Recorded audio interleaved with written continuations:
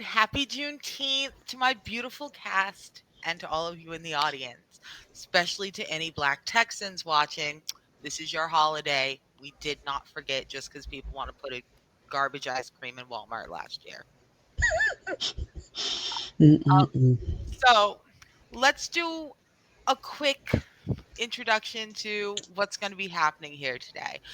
We are having this show because Juneteenth is a celebration of Blackness, specifically of the last remnants of enslaved people, African Americans, in the United States, who were delivered several years after the rest of us by the news making it on June 19th to a small town in Texas that had the last legal group of enslaved Americans.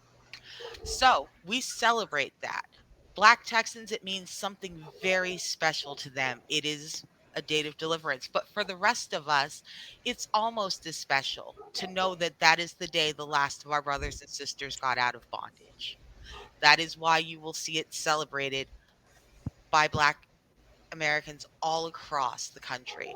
We all may celebrate it differently, but we are all celebrating the exact same thing, the deliverance of those Texans. So we love you.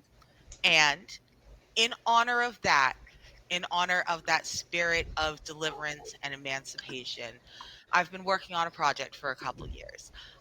It is a system setting, system agnostic, and it's designed specifically to be a what if. What if the cities that they burned got to thrive, got to grow, got to move through time with the rest of us? What if these beautiful Black enclaves that started in the post in Reconstruction and then were taken down, burned, destroyed, claimed by the government in the decades between Reconstruction and Jim Crow? What if those cities had been allowed to just grow the way all the other ones had? Um, More specifically, it's also because high fantasy can be real white, y'all. Dragons of like 700 shades and elves in a whole rainbow of from ecru to eggshell, occasionally a blue or purple here. But every time you got to wander into a town, it's Germanic, it's middle aged London, it's always north of the cold spots. So I wanted to make sure that when you roll into town with an all black party, you have a town that you feel comfortable in, you feel welcome in. This is the town where your aunties and your cousins live, where you know where to get good food. It's not just three boiled potatoes in a wooden bowl. Mm. So, in that vein, I'm very excited to debut and welcome everyone to Booker's Way. Let's start by meeting our cast today. We're going to go this way, and we're going to start with, well, this way is different for me. No, it's right. We're going to start with Anita. Oh, that's me. Hey, everybody. Anita here. Um, yeah, I use she, her pronouns. Today I will be playing Aaliyah Marshall. Um, and yeah, I'm just excited to play make believe with some cool black people. So yeah, that's me. Do I need to say anything else? I No, no, you're good. awesome. We don't have a lot of, we'll be picking up. We're doing this. This is an very adventurous one shot. We've got a couple little backstories, but we'll be doing all of that once we get going. Let's go ahead Uh, and bounce it over to Ava. Hello, my darlings and dears. It's your mother Ava here. I'm playing Marina Raphael, and let's see how this goes. I'm actually drinking legit sweet tea today in honor of this one shot. Happy Juneteenth.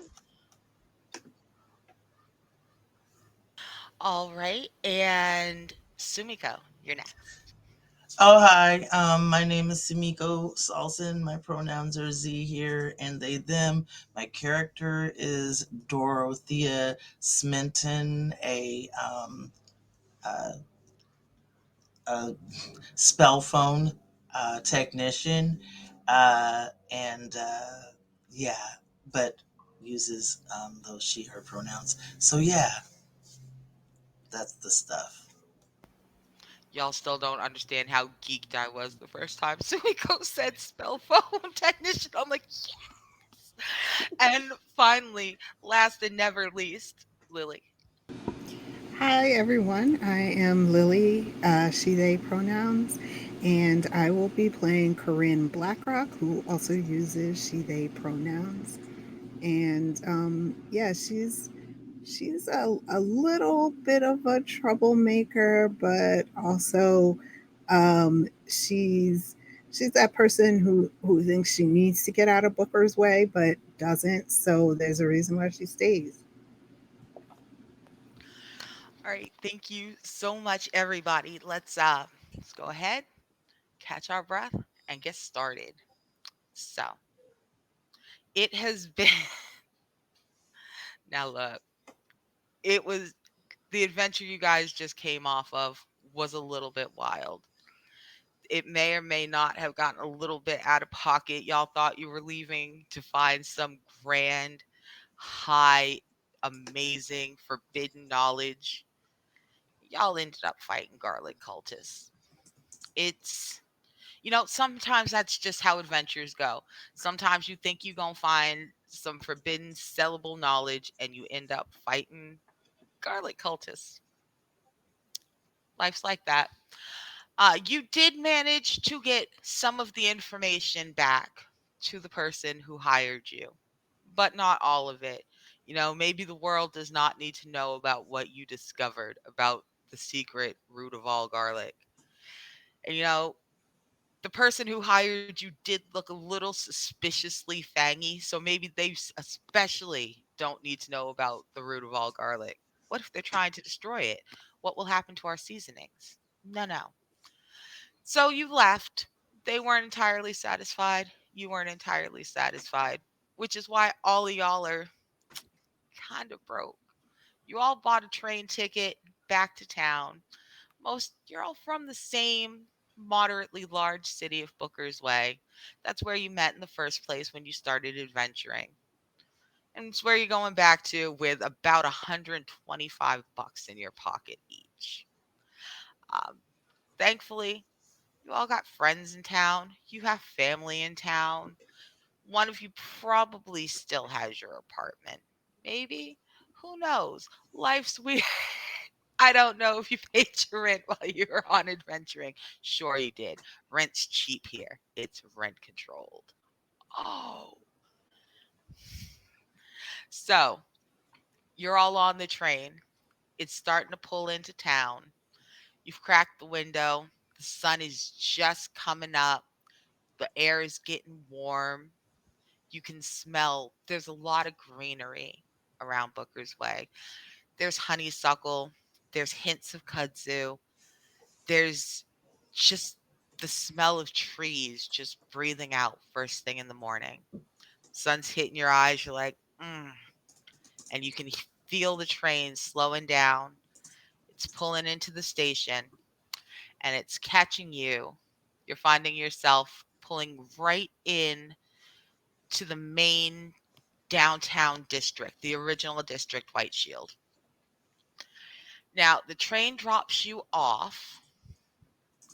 If you all take a look at your map, let's see if I can make my map. Okay, there's my map. Let me make it smaller so it shows up completely. Definitely not. Oh no, I've made it too small. That's very funny. Okay, that should do it. Yes, that looks good. So, the train drops you off just off the map over here. It runs along this kind of roadway. And as you come in, here's your main road. You all kind of know. Most of you have run back and forth around White Shield before. It's the most regular downtown. If your family goes to church right here in Building 13, then you've definitely been here every Sunday. If they don't, you've probably come here Sunday in the afternoon anyway to eat over at the old High Spear Inn. Great restaurant. And you have to go through White Shield to get to all of the other neighborhoods in town. So, what are you guys looking to do first? Are you looking to visit family, go get something to eat, catch up with some friends? What do you want to do when you get into town? I want a nap. I'm So in bad. Um,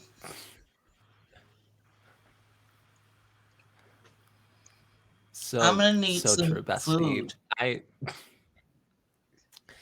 Yeah, I the thing is I have been underground for so long.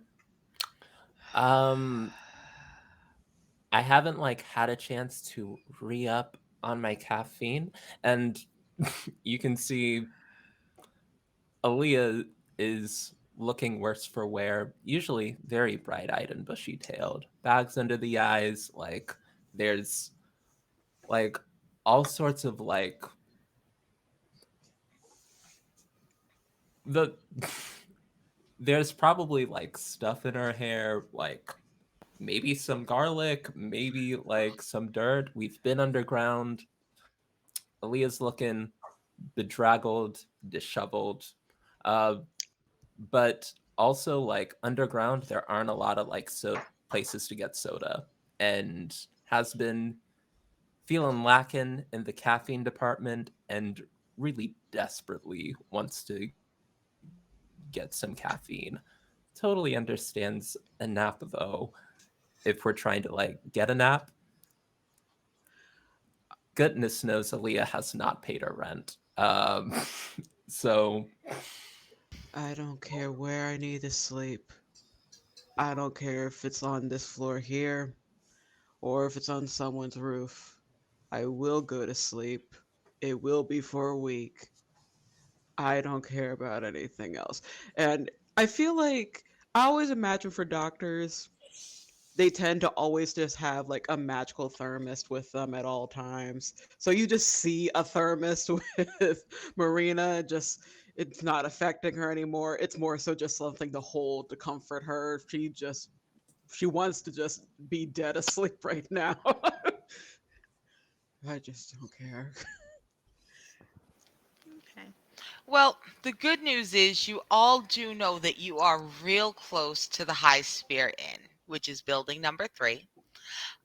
And that it is run by LaCoy Simpson, who is herself a former adventurer. So she has all sorts of rooms at all sorts of price levels. She has individual rooms, but she's also got bunk rooms for significantly cheaper. And her food is amazing. Would you like to go ahead and head to the High Spear Inn, or are you going to go try to talk someone and letting you sleep on the couch? Yes. Sleep. I'll sleep in the closet. I don't care. I'm going. I'm going. yeah, if it's nearby, we should probably get our doctor to a bed as soon as possible. Uh, Okay. As tired as I am so tired of unseasoned food by these strange, pale, unseasoned, extra pale folks that we have been working for. I don't know what they have against garlic, but I need some barbecue that's been rubbed with garlic and some spaghetti with extra garlic. And Dorothea Smitten does not skip meals, and I don't know what this meal skipping thing has been about, but I do think there's a restaurant um in the lobby perhaps of this inn as I recall, and I'm going to need to go there and get some food right now. Also, my familiar um Marla is very happy to see me and has been all on my shoulder ever since I got back to town. Indeed, your familiar just really understands you. She does know that she's not allowed to adventure with you, but every time you roll back into town, she is waiting at the train station. She always knows when your train's going to come. The beauty of a magical cat, right? Love that. So, it's early, but not so early that the streets aren't starting to bustle. People are walking back and forth. They're making their way across town, coming home from working the late shift, heading out to start first shift. Um, Hold on, let me pull something out my wallet for someone off screen. And just in general, people tip their hats. You get the nod, you get the wave. Everyone greets you because everyone's got manners. You greet them back. Well, if you are, our doctor is very tired, but they're used to interpreting a very slow as a genuine good morning from someone who works so hard in such weird hours. Um, and you guys walk into the High Spirit Inn. Now, the High Spirit Inn at this point is surprisingly loud. They never close because they are the biggest hotel in the area and they are right by the train. So 24 hours a day, LaCoy Simpson has people running the tavern, manning the bar, in the kitchen, at the front lobby. And today, she's there herself. She's right behind the desk, spot number one. She sees you guys come in and she's like, ooh, that is pungent. And she just kind of reaches over and she pulls a stray piece of garlic out your hair. She's like, "Oh, Shug, y'all need a little bit of rest, don't you?" Mm. Um, yeah, like Aaliyah's like Aaliyah is younger, like mid 20s, and is like has probably known this woman since like she was very little, and just like is very respectful as one would be to an elder. Right. um, and just says, "Yes, Miss McCoy, it has been a long journey." Now, she knows you. She has known you since you were little. She knows when you are on your best behavior and when you are just trying to be polite so you can get through with your day. And she's like, "Oh, you tired like that, huh? You know what? I'm gonna cut y'all a deal. If y'all are if y'all are back in town for the weekend, you do me a couple favors, and I'm gonna let y'all have the whole South Dorm to yourself for 75 for the weekend. It's not too bad. You're all gonna have If to pony you up about $20, but if you just give me a cot in the closet, that's fine. I don't care. she goes, you know I ain't got no cots and closets. Uh, fine. I don't want to do more work. She goes, "Oh, you're gonna Yeah, get plenty of sleep first. Go eat, go get some sleep. For God's sakes, take a shower before you get in my clean beds. And when you come down, we'll get you some food." If I sleep on the floor, do I still have to take a shower? Yes, you do. God damn it. I mop my floors too. Go on. Y'all get upstairs. Okay. You come back. Fine.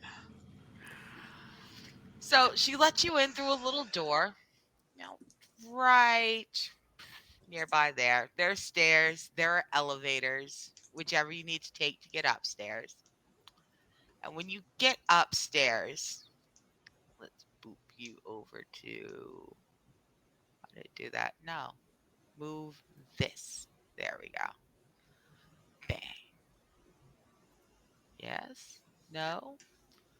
Good job. I'm mapping like a professional. Arnica, these are incredible. Thank you. Um, I love my little I'm map. I just like I went over to the roll 20. I was like, "Oh my." There, and then it shifted and there's more. You have many of these maps. Wild. There's definitely not So like talented. 55 of them Incredible. loaded for today, even though we won't go 55 places because that would be ridiculous. Um, so as you can see, LaCoy has like she keeps an organized inn, and rooms 1, 10, 11, and 12 are all dorm rooms that she rents out. She has rented you guys room 1 for the entire weekend. There's 6 beds in there. There's lockers at the bottom of each bed that you can safely store your stuff in. And she's giving you guys the key to the entire door so that you don't have to worry about no one coming in or out. So this is going to be your base for the weekend while you guys are in town is room 1 here at the High Spirit. That for the whole weekend, that is a very good deal for $75. Um, yeah, I didn't realize it was for the whole weekend. Aunt, Auntie's looking out for us, and I love that. Um, but yeah, Aaliyah does not feel great about like just like coming in with with stuff in her hair, and is probably definitely gonna first thing hit the showers. Okay. Now, the dorms are that is one of the things is the dorms are kind of shared shower spaces. So this space marked as 13 are bathroom stalls and shower stalls. It's kind of a shower room situation, but they've all got little sliding doors, protect your dignity. But it's a shared shower. So you're in and out. It's not the best quality soap, but it smells good. You all come out smelling like coconuts. There's lotion kept in there. There's some Queen Helene's. None of y'all smell like garlic. You all smell like cocoa butter again, like beautiful babies, fresh from the bath. And you crawl in, and the sheets are starched, but not too starched. They are ironed the way that your grandmama used to iron the sheets before you got dropped off for that long weekend. She sprinkles a little bit of like rose water on her pillowcases before she irons, like she does those old school touches. There's a reason why people travel all around to stay at the High Spirit Inn. And that reason is absolutely 100% LaCoy Simpson. So, you guys, at least those of you who are tired, as soon as you are in bed, you are out. Is there anyone who is not tired? I'm not tired. I'm All hungry. right. So, you I wait. I will also join because it's been too long since I've had soda, and it's it's affecting me. If you need me, just push me out of bed. Good night. And then just face first into the pillow. Yeah, Let's Corinne not need definitely face her. plants on the bed. She is not a daytime person, a morning person at all. So they are done. That hot shower and yeah. Corinne and Marina dead to the world now. Don't ask for anything. Right. So funny. All right. So Corinne and Marina are out. They are taking a good long nap. But Aaliyah and Dorothea head back downstairs. And while you are downstairs, LaCoy looks a little bit busy. She's moving around from here to there. She's waiting tables, but you see that table 6, way over in the corner. She just kind of points y'all to that one, shoos you. It's right by the kitchen. It's out of the way. And you know that eventually she gonna get to you in a minute. When she does, food will be great. It'll be worth the wait. Uh, but there are people at table 5. They're a little bit noisy. They seem to be arguing real hard about something. Somebody swears that it has to be Boone Colbert behind it. Someone else is up, down, left, and right convinced, oh, excuse me, that it actually all ties back to Nana James of all persons. Like Nana James is 103 years old, which is what you hear hollered at the top of Like someone's lungs. Nana is Na- 103 years old. Nana. Nana James, like the Nana James that like held me and like helped deliver me. That Nana James? The Nana James who held and helped deliver every single person in this, not every single person, but damn near. It feels like every person in Oh town no. under the age of 50. No one Dorothy, no one is Dorothy is slandering Nana's name while I am in the vicinity. I walk right into the conversation and I have no idea what they're talking about, what Nana James allegedly did, my my but dead I mother will is stand gossiping 10 about toes down. I'm sorry, my please dead go, mother's in Sumiko. my ear gossiping about Nana James right now. Mm-mm. And I think she said that Nana James has been lying about her age and is much older than that and is just vain. I'm trying not to laugh. That's hilarious. I love that your mama still has something to say about everyone in town. Bless her heart, she done been passed for a couple years now. But when the choice was to pass on or to stay and gossip with you, she's like, let me tell you some more shit, baby. I love this. So, Aaliyah, you stomp over and a whole group of people. You realize you only recognize like two of them. The rest of them are obviously not from around here.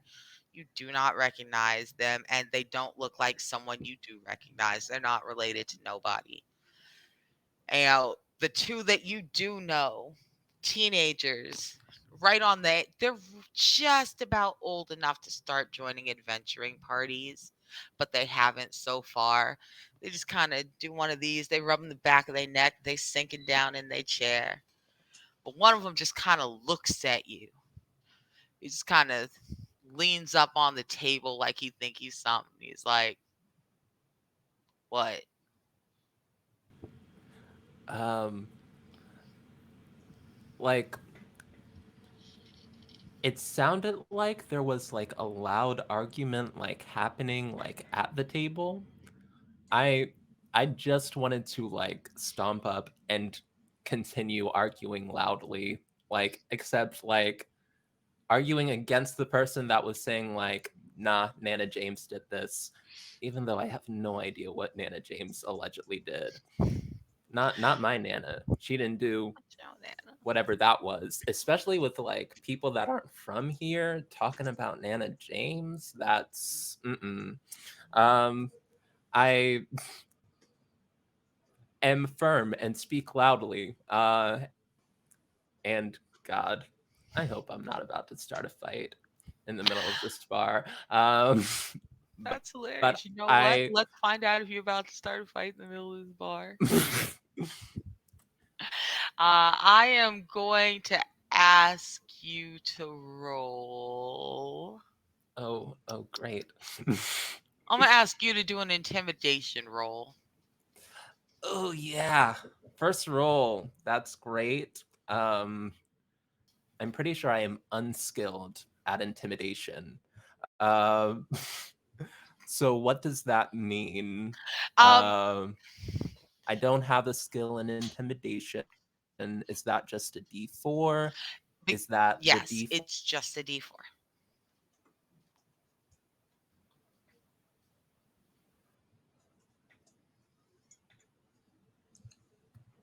Ooh, I'm sorry, I lost you there for a second. Could Oh, you repeat? yes, just a D4. Am I still muted? Can you hear me now? I hear you. Uh, nah, you're good. I think it's something with my stuff, so I'll get on that after I roll the D4.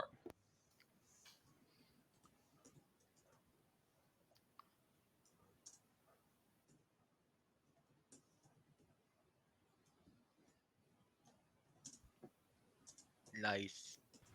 4. I don't know what But that guess means. what? Okay. What does do I want high numbers in this system? Um, you do. Here's the other thing. The dice exploded, Savage World. So you get to roll another d4. And we are just gonna keep adding it as long as you got fours.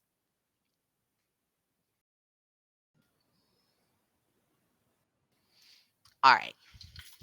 So you've got a 6. Now, this person staring you down is not nearly as tough as he thinks he is. Uh, it's all fine and good to talk real big about someone you don't know in a town you don't live in until someone walks up to your table and says, "Hi, what'd you say about my nana?" And then all of a sudden, you maybe start feeling a little bit more humble. So he just kind of looks at you, and he looks at Yeah. at the locals at the table who are not looking at you and look real ashamed. He looks over and realizes that the bartender is watching as well, cleaning the same spot real firm. He goes, "Look, I'm not I'm not trying to say anything. I'm not even from here. All I heard is that the lady in the witch's hut at the back of the town might have something to do with the trial with the Silk Center scandal going on at the courthouse. Now, I don't know if that means she's a witness. I don't know. I'm just saying, I heard she's got something to do with it today." Do I know what any of that is? You do not. Something has popped off in town in the couple of weeks that you guys have been gone. You don't know what it is, but apparently there's a trial at the courthouse. It's in the papers. They're calling it the Silk Center scandal, which happens to be like the big party district downtown, the expensive party district. Um, there's a lot of sex workers there. There's a lot of strippers, but there's also a lot of real high end furniture plays, jewelers. That's where the salon is. So something has happened over in the third neighborhood, the Silk Center, and it's made the papers and it's got court. Like it's a thing. Can Ooh. I do any rules to see if my dead mother knows anything about what they're talking about? You sure can. Why don't you go ahead and roll occult? Okay, wait, which dice do I roll? Okay, let's take a look at your sheet. And you you roll a d6. You should have a skill. You should be able to click right on it Okay. on the word occult and have it roll for you. Okay, cool.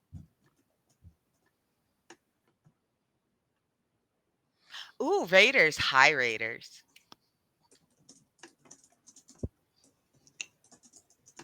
Okay, so you know what? Um If it's not doing it, just I hit the am gonna D6 do button it or right in use a a second. physical one. I'm almost there. Oh, okay. And now I'm clicking on it. A thing happened. Boom. It did it. So, ooh, this is why I love it. So, we've got a D6 of a 2 and a wild die of a 2.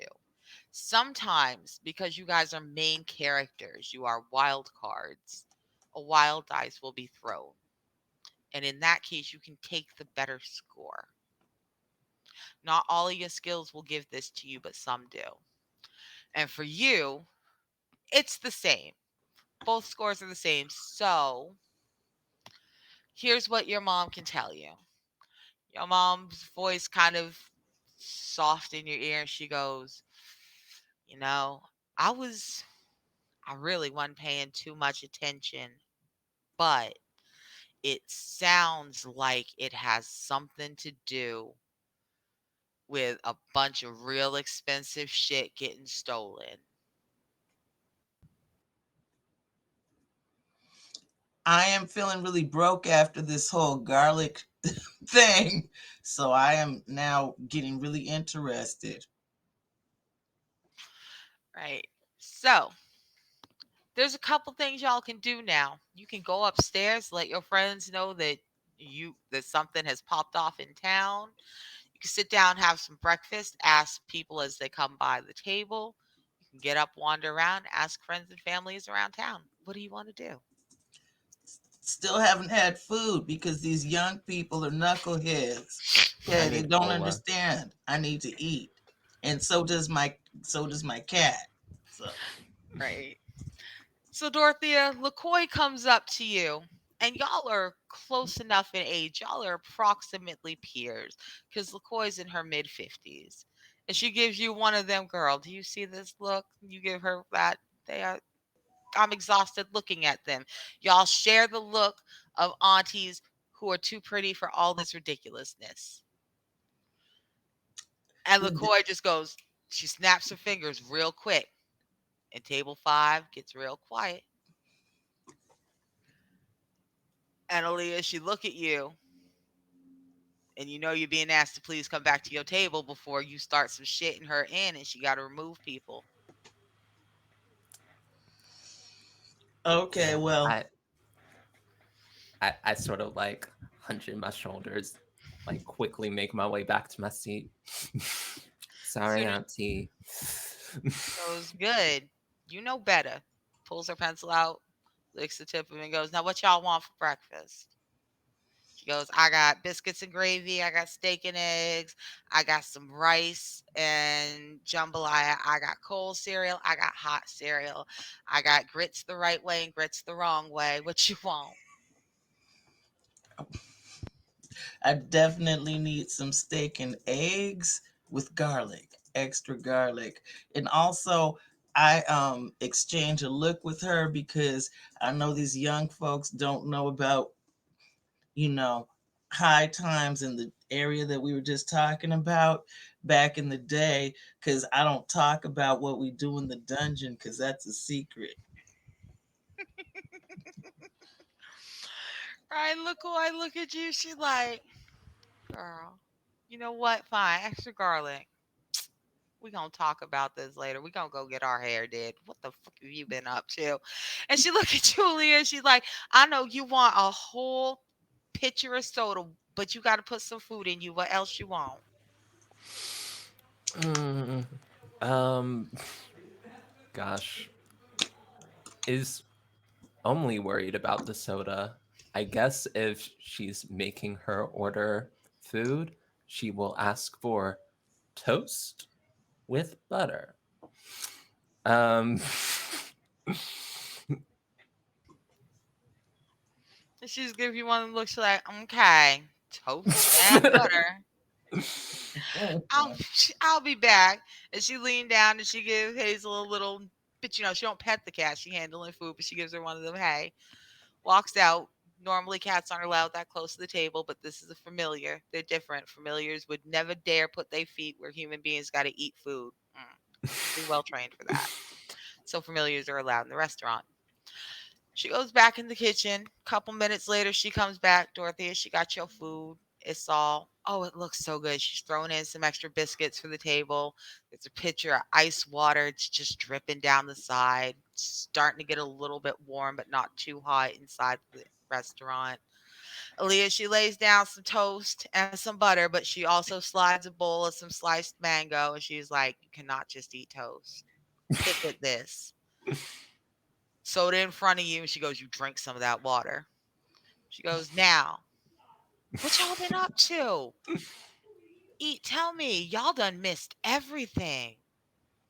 Oh, Tell us, like we was in a hole in the ground. But like it seems like it's a very good thing. I was out of town. Can't nobody blame me for any any capers that apparently may or may not have happened. Um, like does like thank her sullenly as the mango is laid down, but like is also like, what's the tea? we got hired by these really cheap European cats who don't like garlic for some reason. I don't understand it. How could you not like garlic? But then I whisper in her ear, I think they might be vampires, and I'm gonna be making sure that I have a lot of garlic on me in case they show up. And she look at you. She's like, mm-mm. Make sure you stop by and tell Jessica because you know she does not allow other vampires anywhere in her reign. She ain't having it. And you know that there is one vampire in all of Booker's Way. She hangs out. She holds this place hostage like Lestat held New Orleans. She says, nah. She likes the people here. None of them are available for food. You better take your raggedy feral asses out in the woods somewhere till you ask. Jessica Fogham is 237 years old. She looks like she's 17.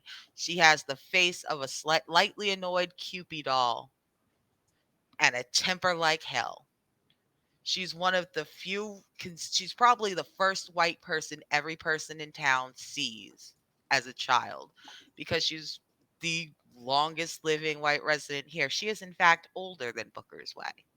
She was here first, but the town built up around her. It works for everybody. You know, it just does. So she's like, y'all tell Jess that you got hired by them before she finds out the wrong way. But look, and she sits down. So you know it's about to be good. She sits down and she goes, all right. So while you guys were gone, Clip Silk, and she rolls her eyes. She is not a Clip Silk fan. Launched his new show, A Bride in Every Size. And he had that damn giantess dress. They had to take the skylights off the gallery to lower it in. It's 2 stories tall. It's got 52 feet of train, and the whole fucking thing is jeweled. He got jewels on there. He got pearls on there. He had he hired like 5 dwarf embroideresses to spin out gold and silver for the train. Like it's a mess. Mrs. Key had to set him up with her niece and her daughter-in-law to get this work done. Somebody stole the fucking train. All 52 feet of it. Nobody saw it come in. Nobody saw it go out.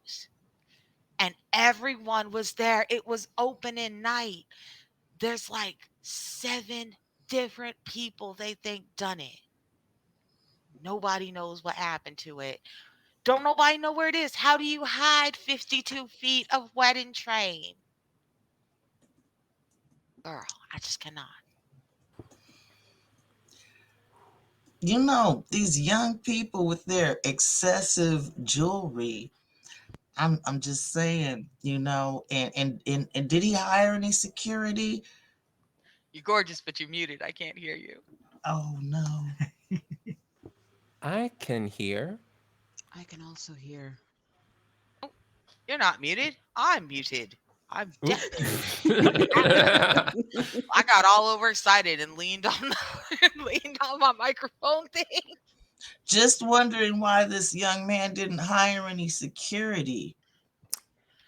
I mean, he did. The gallery over he had it at the gallery over in Oakshire because I mean, the gallery in the Silk Center is occupied and she gives you a look. The Silk Center the Silk Center's gallery is been long booked for a year now with erotic art. It's been rotating in and out of a bunch of different things, but nobody's getting into the Silk Center gallery. So any shows being shown are being done over in Oakshire. And she's like, the Oakshire Gallery has amazing security. Like they hired Frank Crisicola's crew. Everybody was there. Nobody should have been able to get in or out. Nobody knows what happened. It's she goes, okay, now look, I have retired, but if I had not retired, I will tell you that Clip has very deep pockets and he would be terribly grateful if somebody found out who did it. Getting more interested.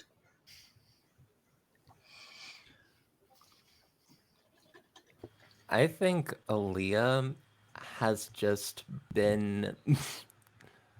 I think Aaliyah has just been like. Well, first, soon as the pitcher came down, Aaliyah tried to sneak a 5-hour energy into the pitcher and just mix it in. Um, it has been so long since Aaliyah has had caffeine, y'all. We gotta we gotta feed the beast. Um, And as she's been drinking, steadily coming back to life, and as she's been steadily coming back to life, this is the heist of the century. There is there is like awe, there is a little bit of like wonder, and I think that like as like the story like finishes, she is going to turn to Dorothea and be like, "You do like cell phone magic, right? Is there like a magic thing that could like do something like help make this heist flight go by? Because I'm actually trying to like figure out how one would steal a 52-yard train, and I can't do it." I think that if they did have some type of magical alarm system, that a real good hacker could probably use spell phone technology to get through that. That's what I was thinking. But then how did they hide those jewels? Well, you know what? I don't have to know everything. I could probably take a look around. Ooh, those security folks, I do actually know. I do actually know who they studied under. Being a bit older and stuff. And maybe I could talk to them. But you know what? Why don't I take a look? My hacker skills are, maybe not the most central skill I have, but I do know a little weird science, so maybe I could see how far I could get. Hopefully without alerting anyone um to our presence. How about that? Does this mean we're taking the job? I I feel like I'm yes. broke and I I need to these pay steak I rent. have to pay for So these like steaks. this seems like golden opportunity. I know thieving, you know magic like stuff and hacking like probably both needed to happen. Like we'll get everybody else, we'll get the whole gang on it, and I will pay rent this month. Okay, yeah, because I didn't really feel like staying in my spell phone shop. I do Yeah. have one in town, right? So I didn't really feel like sleeping on the floor in my shop, I was which really I counting on could if we this. don't make any more money. But that wasn't really what I hoped for. Um, because it's Yeah. it's it's got a lot of just rusty. Well, it's not rusty, but I might maybe have a little hoarding problem with older technology, and I might have some really early old spell phones sitting around in the back, and sleeping on cases of spell phones wasn't really what I had in mind. Although my cats go with it, so yeah, yeah, and we should wake them up because I think they'd be mad if we just went without them, right? Not a Um magical Nokia I brick. um yeah, I am I am I say that like I was really counting on the vampire gig to like bring in some money. I'm very, very short right now. And I we gotta feel like pay for this room. Uh we'll go like, and she is just going to run upstairs, open up the door, and as soon as she sees like the two of them like just conked out and snoring and just like it's going to very quietly close the door. Meanwhile, I'm gonna get on my spell phone and make sure Jessica knows about our last gig because I definitely don't want those idiots coming into town. So upstairs, even though Leah tried to be super quiet, busting in and then realizing y'all was out and trying to close the door, the floor creaks. The door still busted open with all the excitement of a late teen, early 20 who's like, we about to not be broke. Oh shit, y'all sleep. So the two of you do still kind of you come half awake anyway. The room is dark. You've got the curtains closed, but there's still light peeking through the curtains, and it's enough that you know you've only been asleep like an hour and a half. What do you do? I want to see Aaliyah try to actually push Marina off her bed because there's a reason why she said, "You gotta push me out of bed if you need me," because I don't sleep. I will take all the time to sleep. So you gotta be forceful with me.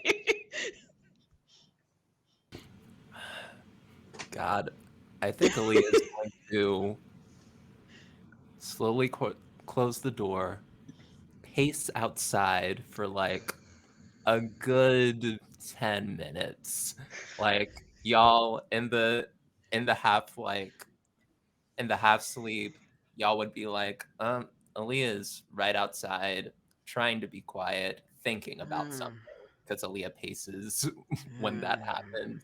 And at the very end decides at the end of the 10 minutes decides, okay, we can't wait all day for like the gig might get away. Somebody else might find the culprits, and then we're out of money.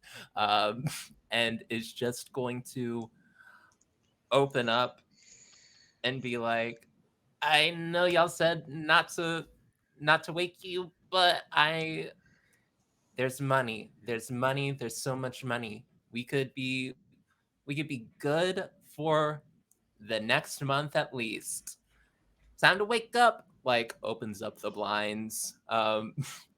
Lily, does Corin like wake up at Aaliyah making a lot of noise inside the room? Oh yeah, yeah, definitely. She doesn't really sleep so much as like drowse, so she's like kind of always on the edge of wakefulness. And I think when you come in, um she's like half propped up in the bed. She's like a pair of sunglasses on and she's drinking a Coke. That's so fair, bestie. and Um, and she's just like, it is too early I for know, I know, I know, I know, talking. I know, I know. But it's time sensitive. We gotta move quick. Heist of the century, magic. Um, and looks over and is like, okay, I do need to, I do need to literally do the thing. Uh, and I will try to pick Marina up and carry Marina down the stairs until Marina wakes up. Make sure she hits her head on each step. No! Like, is trying to not push you off, is trying to not, like, do anything that will, like, But that's hurt giving you. consent. Please knock her out of the bed. Uh, I am tired of these young people. This is taking too long. We need to check in with Jessica. So I just knocked. No, you're getting knocked out of the bed right now. Excuse me. Get oh up. no. Get up. Get up. Uh, what day is it? It's the day we get paid. I think Oh, the that vampires are giving us money? I actually did have a thought, which is that we should probably, just out of the kindness and courtesy of our heart, offer to sell the same information to Jessica, seeing as how she lives in this town, and and then meanwhile, my mom's in the back of my head gossiping about Jessica, because of course that's happening. Yeah, and maybe she would give us a little extra money. But also there's this other thing that we wanted to tell you about, that having to do with a theft, which isn't really my area of expertise. It's Heist. def, but that's definitely not my wheelhouse. So, what happened? Who who There's happened? a rocks. There's a big star in town. with a Uh-huh. really, really, really, really expensive wedding dress with lots and Uh-huh. lots and lots of expensive jewels on it. And that Uh-huh. thing just disappeared out of sight. It got stolen. Okay. Huh. Yeah, and okay, I know you're tired, and I know you probably are too tired to want to go down to the red light district down there by where our sex worker friends and the dungeons that I used to hang out at all the time when I was in town are, and I definitely am not just looking for an excuse to go hang out at the. Dorothea, it's Oh, I'm okay. sorry. I'm sorry. You know, no, Did I you're say too good. much? Nah, it's more so like it's okay. Okay. Okay. I guess Okay, fine. You I want to guess sleep? let's That's go. okay. No, no, no, no, We can no. keep all the money. You don't have to have any. I'm okay with that. You don't have to pull that. Okay, I'm up. Okay. Let me get some toast on our way out. Okay. Okay. Oh shoot, my toast. I completely These young did people not and their make any of the toast. toast. Um, Is that Maybe avocado I'll toast? I sprint no. back down the stairs. Maybe I'll get an omelet. We'll get an omelet. Okay. Right. So LaCoy knows y'all pretty well. She understood that as soon as Aaliyah popped up and Dorothea followed, that y'all wouldn't be just disappear out the door. You would be coming back, whole crew intact. So there's some more food sitting on the table. There's a couple different options. You guys can help yourself. She stops by and fills everyone else in on what you haven't heard. 52-foot train, the opulence, the weight of this freaking piece. How? She's having a grand time because LaCoy is retired, but she was a fantastic adventurer. She adventured with Miss Harp and Mrs. Key back when they were still newlyweds before they retired to do their cookie shop. She's been all over. She's traveled with just about every famous adventuring party that's come out of Booker's Way in the last 25 years. She has seen some shit. She has seen mythical idols 2 stories tall being smuggled away in a little burlap sack. Um, she's convinced monsters to throw her in briars. Like LaCoy has got some tricks. She's pulled every one of them. She studied under the many legs of a Nazi. You ain't getting away with shit. And she can't figure out how the fuck this was done. So she's like, all right, if y'all are gonna go ask around, go ahead, head right over there, head right over to Oakshire, hit the gallery, ask folks what's happening. But y'all do owe me some errands since I'm cutting y'all. Such a great deal. So somebody roll me a d6. Let's figure out how many errands you got to do for LaCoy while you're also trying to solve a mystery. Um, I'm gonna. I have this luck thing that I feel like I should use before I roll this because I don't want to be unlucky in these Right. tasks that we get assigned. Is that a thing that we go? Whoops. Um, you can do that now, or you can wait and roll it as you come up against the actual task. Are you trying to get a low number of tasks? Or you are fine, dog. Please calm down. Lord, this dog. Can y'all hear Okay. her having a fit? I heard one whimper. Okay. I'll wait until we actually get to the tasks. Then that's probably better. I'll All right. use the BLM dice for this. It Yes, seems use the appropriate. BLM. There you go. Show everybody your beautiful dice. It's black with yellow. It's beautiful. It's lovely. It doesn't have the power fist on the six, but what it's all good. All right. I got a one. Thank you, Whoa! Beyonce. Look at that. Uh, so, of course, like, you got real good news. I Uh-huh. only need y'all to really kind of run one errand for me today because if y'all going over to that side of town, I don't want to. She goes, it's gonna be real easy. Somebody pick a number between 1 and 30, and I'm gonna tell you where you're gonna go hit these errands. 2. 2. All right, cool. She goes, so my kid, because the High Tower Inn is quite large. There's 3 stories. The lodge down, the restaurant downstairs, the rental space is on the second floor, and her family lives on the third floor. And then there's the tower all the way up to the giant bell tower, which rings out the hour. Uh, it's the largest building in this area of town. The bell tower sits 8 stories up so that it can be seen and heard all through the area. Uh, and she's like, I really just need y'all to run to the bookstore. It's real simple. Run to the bookstore and grab me a couple books. She hands you a little list. I'll tell you the list when you guys get to the bookstore. She's like, now be absolutely certain though, don't get me the wrong copy. I need this copy. And she's got one of them underlined. She looks at you. Um, This copy. we Yes, copy. as soon as Aaliyah heard the word run, just need you to run someplace, the rollerblades are already on. Um, and she is ready to complete this task. Uh, a little jittery from the 5-hour energy cola cocktail, and ready to get her done.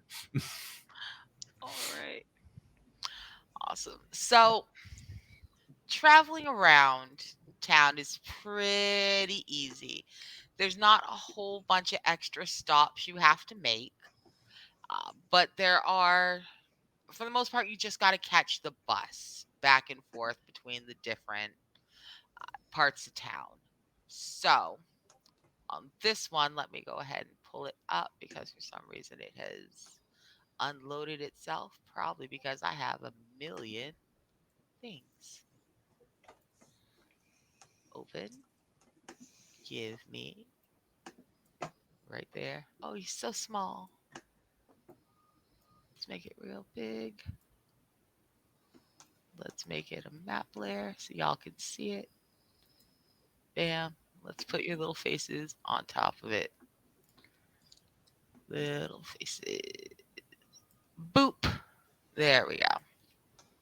So as you take the bus up, you swing by the bus station and you see the map.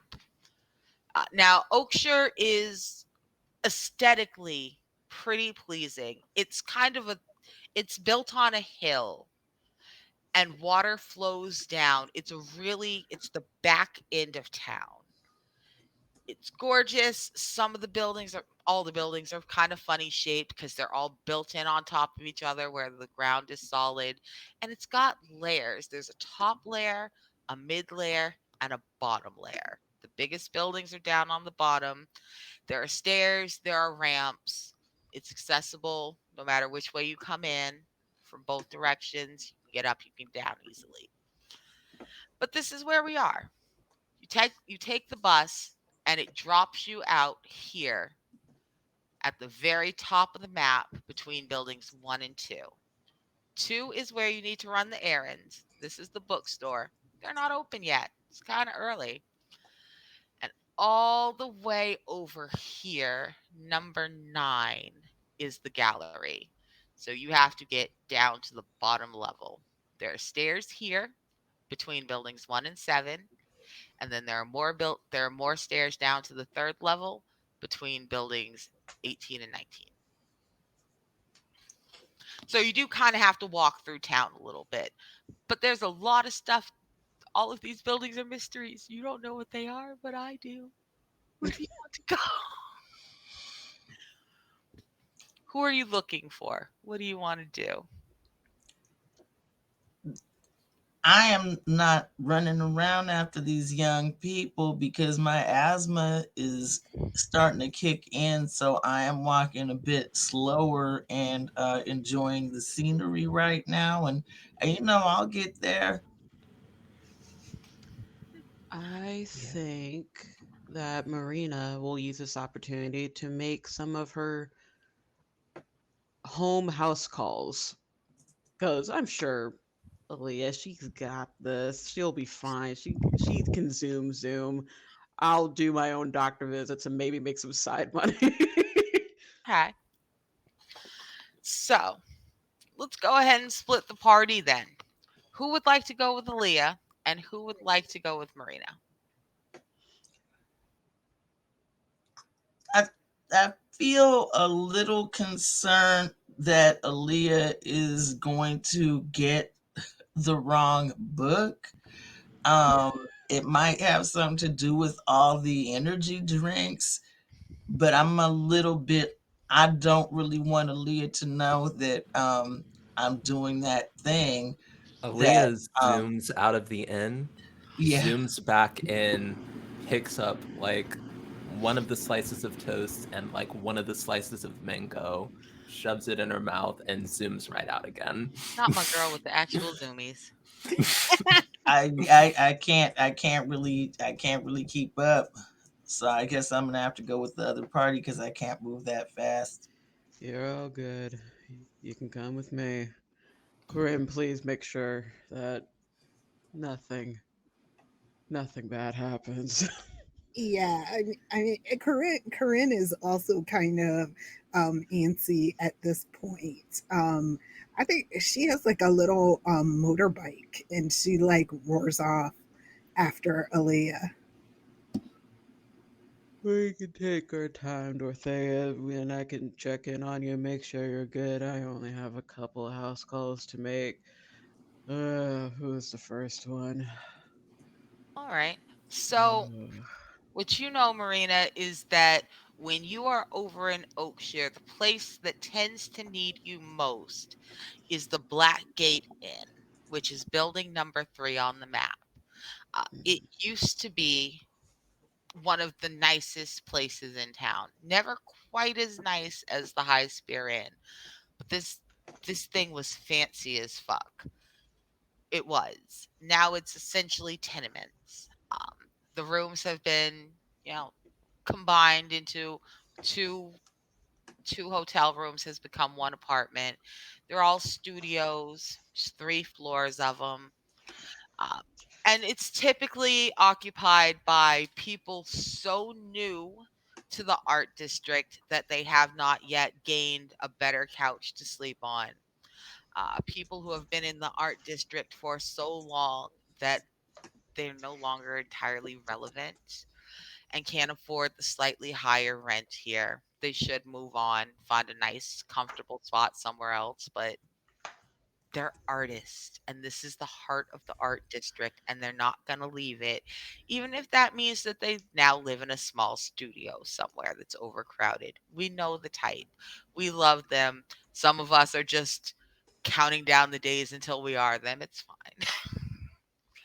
um so the Blackgate Inn is always a solid place for you to go. Alright, we can head over there. All right, so let me go ahead and pull that one open. It will just take me a minute. It's building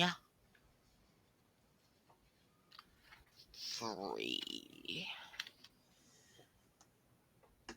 There it is. Why are you always so small? I feel very bullied by that. I do. Like, why do you keep resetting yourself to that? What have I ever done to deserve this? Nothing. It's fine. I'm a drama queen. That's why people love me. I'm So, like just kind of really thinking about calling Jessica because I tried to tell people that it might be a problem, but I don't know why they're not listening. Literally the only vampire in town. I mean, I thought you said you were going to talk to her already. I wasn't going to oppose. Oh, There's no okay. objection from me. It's all good. Okay, let me. So it's okay if I offer the information we just got to her, right? Okay, Yeah, I don't care. okay. So I'm gonna call Jessica while we're walking there. All right.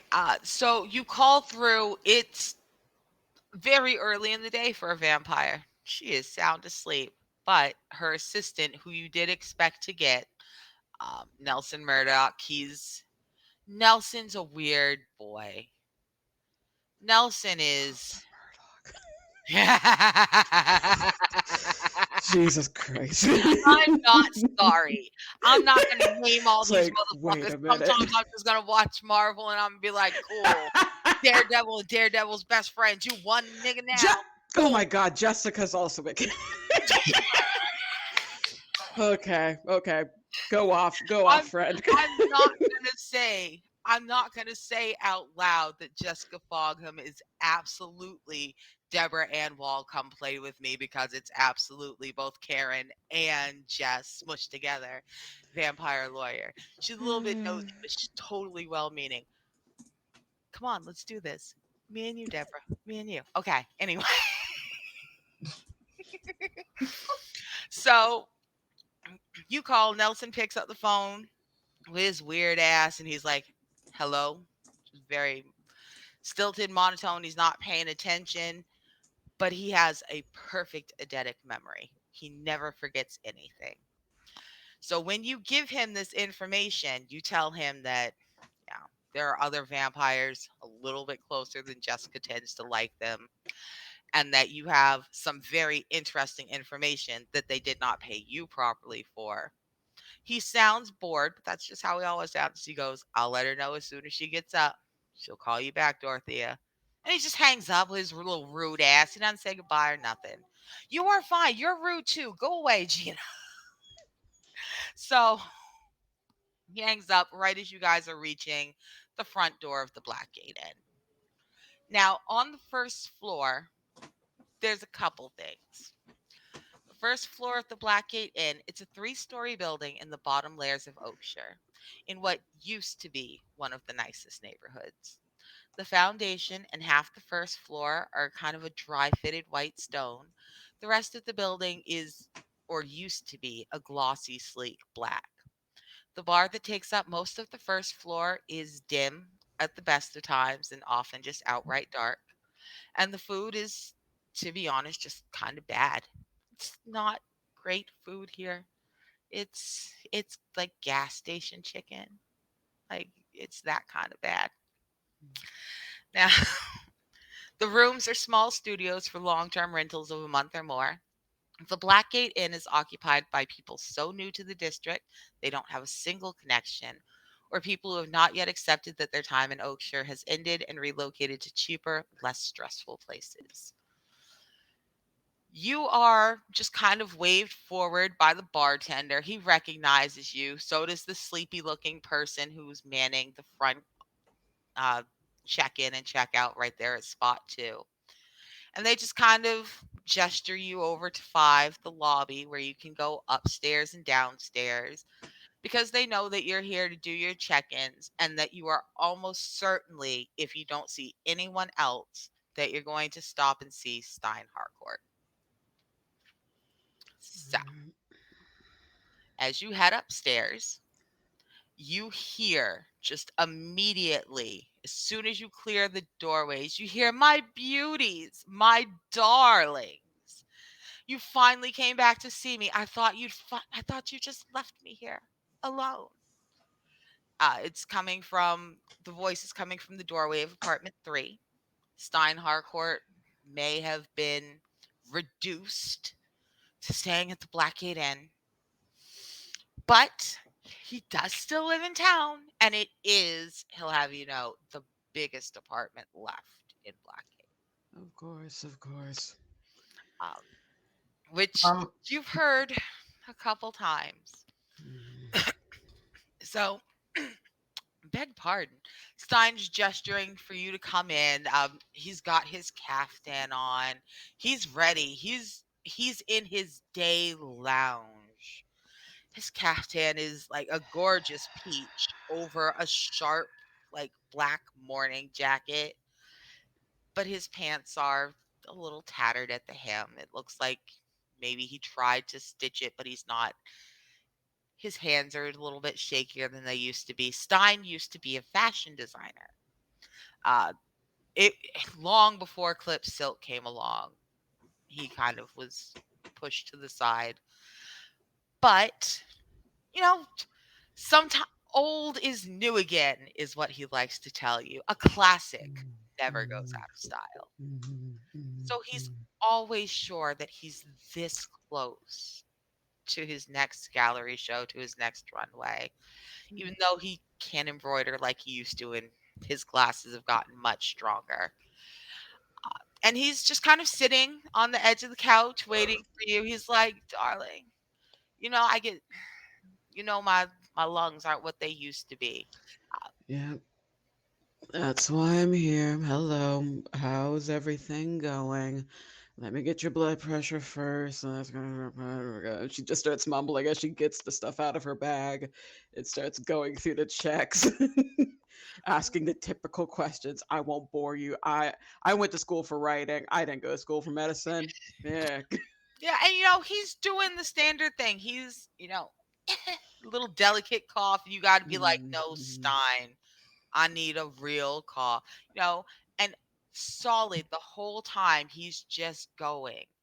And as he's talking to you and Dorothea and to your beautiful familiar, who is one of the only cats allowed in his area, thank you. Oh, they shed. Not your familiar, though. She'd never be so gauche. But these other girls, they shed. Of course, um, of course. he says he don't like cats, but he is absolutely like feeding Dorothea's familiar from his hand. He's one of those gentlemen who says he doesn't like cats. You are such a cat person. I He don't. grew up when it was unmasculine to like cats, but he loves cats. It's my friend. It's okay. It's a new age. You can definitely have it, and it can be a hypoallergenic cat. We can put an order in for. Maybe we can excuse it as like a support animal. We Yeah, a support animal will be No, fine I for don't want no. you. I don't want no damn cats in my house. I don't even like cats. I don't even fuck with cats like that. But she's different. Uh She's huh. special. Uh huh. And Uh, he's feeding her like from the he ripped off the ham from the edge of his sandwich. He's having a ball. But in between all this chattering and the babying of the cat, he is complaining about Clip Silk, this little upstart who hires out the most important parts of his work anyway. How are you? Okay, fine. Everyone has to have a dwarf spin uh, metals Mm. into threads. Yes, but you should at least embroider it yourself. Yes, of course, you have to have a jeweler cut the gems and set the gems, but you can at least sew the set gems on yourself. He's at a So so I'm assuming you've heard the rumors, so to speak, oh honey, about. it's not a rumor. Someone got that little bitch. And it's a raggedy laugh. He's got a cough behind it. He's like, someone got that Mhm. little bitch. And I'm not sorry. I'm not sorry. How do you it's 52 feet. He knew how much money went into it. How did he not have more security? I would have had imminent security. Frank Christicola is a very nice boy, but you do need more than that. I would have hired from out of town if it were me. So, if it were you, would you happen to garner a guess of the type of people who would want such a veil? I mean, of course, you wouldn't do that. You are too proud and regal to pull off such a heist, but I'm sure you would know. He cackles, and it is the delighted cackle of an older gentleman as he goes, baby, if I could lift 52 foot of bejeweled train, I would have stolen that like stink off shit. But where would I put it? And he gestures around his small but very crowded studio. Where would Still I need to put get rid of some stuff, but okay. Um, so Dorothea's mom has a big crush on him and has been just really talking a lot since we got in here. So much it is getting hard for Dorothea to really keep track of what's going on. It's very distracting. Um, but instead of trying to get into it with her mother, she goes and really conveys some of the compliments from her mother, who is dead now, to him. Um, and Also looking around the place, I am noticing how raggedy it is. I'm not saying anything, but I'm thinking all the people that live here probably could use the money from those jewels, maybe to stay in town and not have to move out of town. Just a thought. Just a thought I'm having. I mean, it is a fair thought. To be entirely frank, the cost of that train alone, not even just the full dress, just the train would easily purchase the Blackgate Inn several times over. So now I feel a little bit morally conflicted because if they stole it, I'm not sure that I feel like catching them. Like maybe they need it. I mean, I need money, but the food here is bad, so I'm like I'm torn. Plus, look at how much he loves my cat. You do love your cat.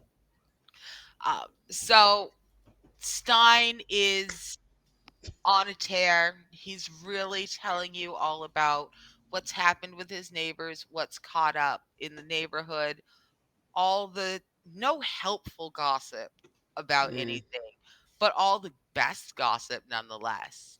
And so I'm going to leave the two of you with Stein being, amused by everything. And let's check in with the other half of our party real quick. Now, Corinne and Aaliyah, you guys have made your way down to the bottom layer on the other side. So where they're over here on this side, you're over here on this side of the room. Room, town, neighborhood, neighborhood. That's the word I want. Good job, me.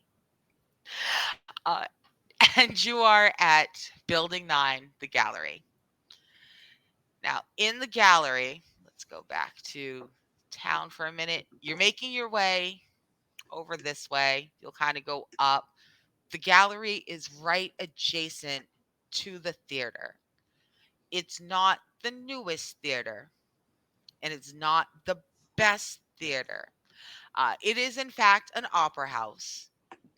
Uh, they've converted it. The old theater, which is number 4, does a lot of modern shows. They have burlesque nights. Uh, they rent out to small local bands. And the theater over in Silk Center, well, the cost of a private box there is like a month's rent. One night show, a month's rent over at the most expensive neighborhood, Booker's Way. But 10, now this theater here, Boone's Theater. No, this isn't Boone's Theater. Whose theater is this? Let's find out together.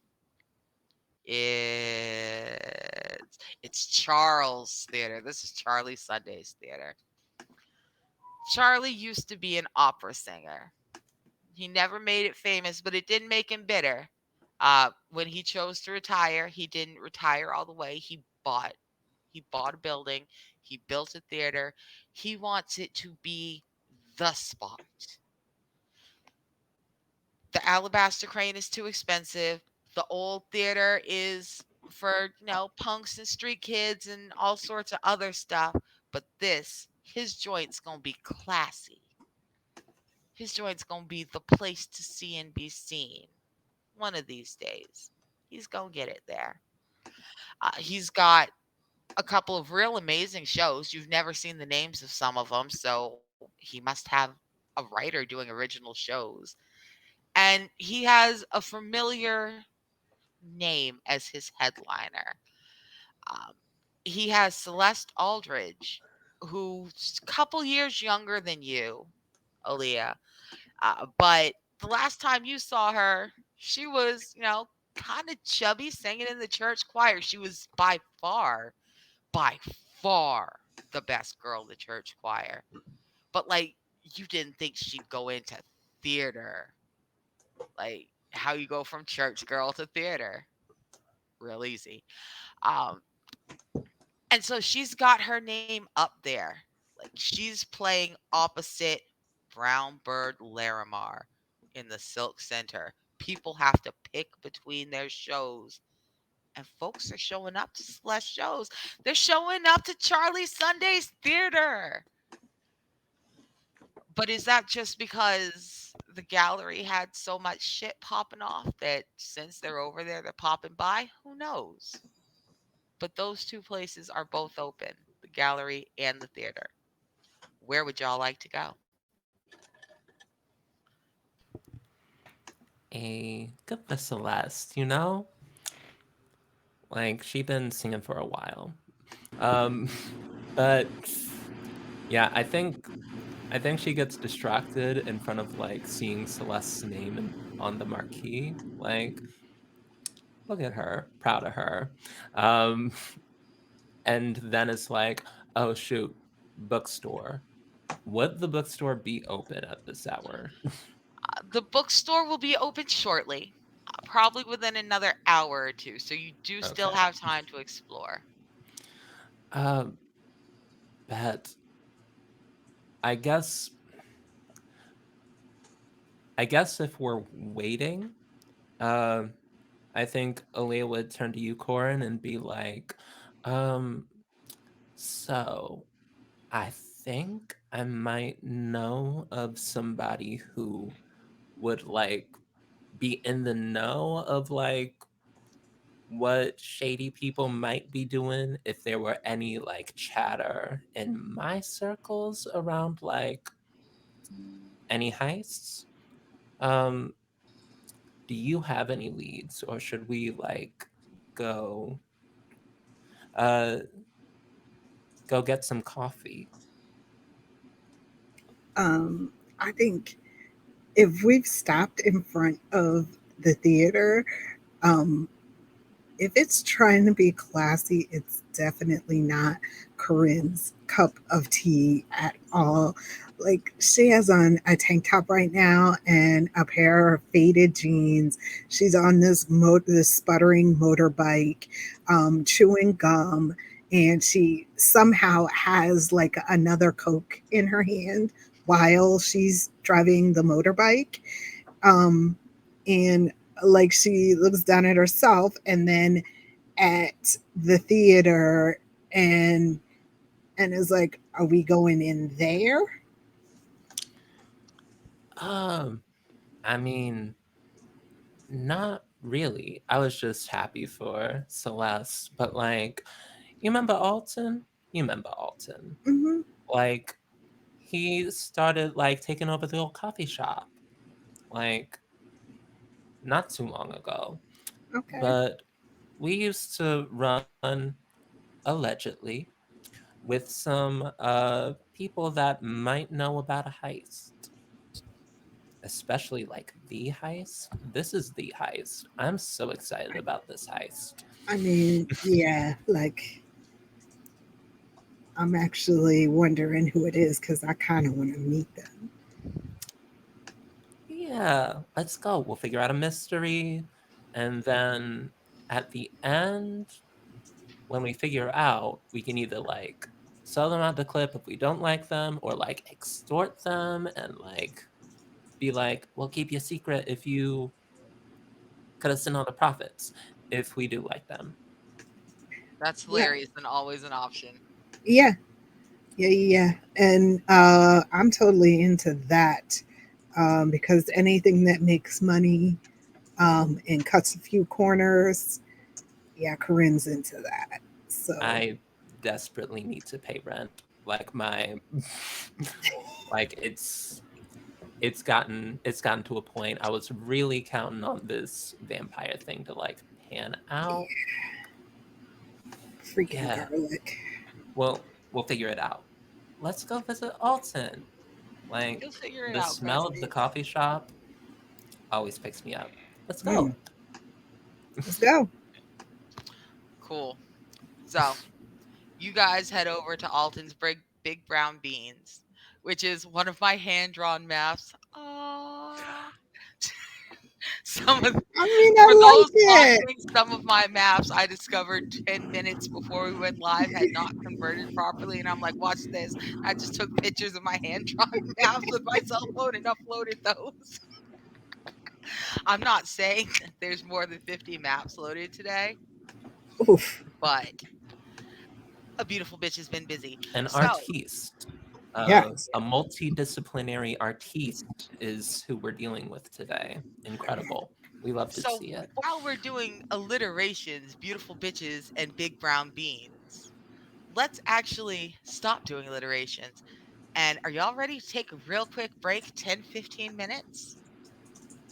Okay. Cool. Yep. So we're going to go ahead. We are going to take a quick break. We will be back in 10, 15 minutes tops, probably closer to 10. And oh, I scared the shit out of myself and my dog. We'll see y'all in a few.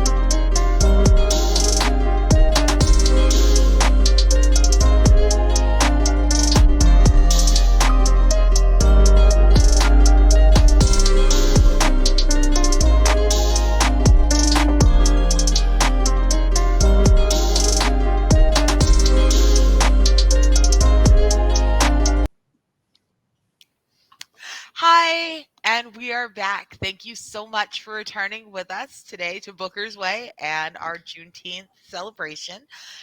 We have been having a blast. There has absolutely been an enormous scandal, a giant thievery, a heist, if you will, that took place while our intrepid party was out of town. But now they're busy. They're back. They're home and they are tracking down who has stolen the giantess's gown, who has stolen the train from it. This elaborate, so expensive. Ooh, it's so heavy. It's so big. How was it how was it smuggled out? What's happened? Let's find out. So, last time we saw our friends, everyone was heading over to Alton's Big Brown Beans, the coffee shop right on Square 23, which y'all can't see because I've moved you over to the coffee shop itself. So, as you come in, you see that you are entering a two-story building, and it's an ochre Georgian sitting on a fitted stone foundation with white stone brick cornices. It's the favorite hangout for artists who are not yet established enough to join either a guild or a union. Because the majority of the artists here are part of one or another: the Graffiti Artists Guild, the Writers Unions. The If you are established, you are a member. And if you are not yet a member, you're probably hanging out at one of these few places trying to catch enough notice to become one. Um, the food here is plain but delicious. It's mostly soup and sandwiches made from bread from the bakery downtown, building number 27. Although the patisserie does provide cookies at a very reasonable price. There's a section of cleared carpeted floor by the back, number 7, that serves as a stage for the most popular open mic night in the district. The second floor is a U-shaped balcony lining three sides of the building. Most, but not all, of the tables upstairs can see the stage. The coffee here is strong and cheap. The food is primarily vegetarian, but one day a week, where in the winter they offer chicken and dumplings, and in the summer they offer chicken salad sandwiches. So, this is where you walk into. You come in through space number 1, and you see Alton behind the counter, number 2. Uh, Alton is a big dude. Alton is about 6'1", 6'2". He's about 270 pounds. He's jolly. Like there's a lot of fat and a lot of muscle simultaneously. So he's solid, but he's soft. He's great for hugging.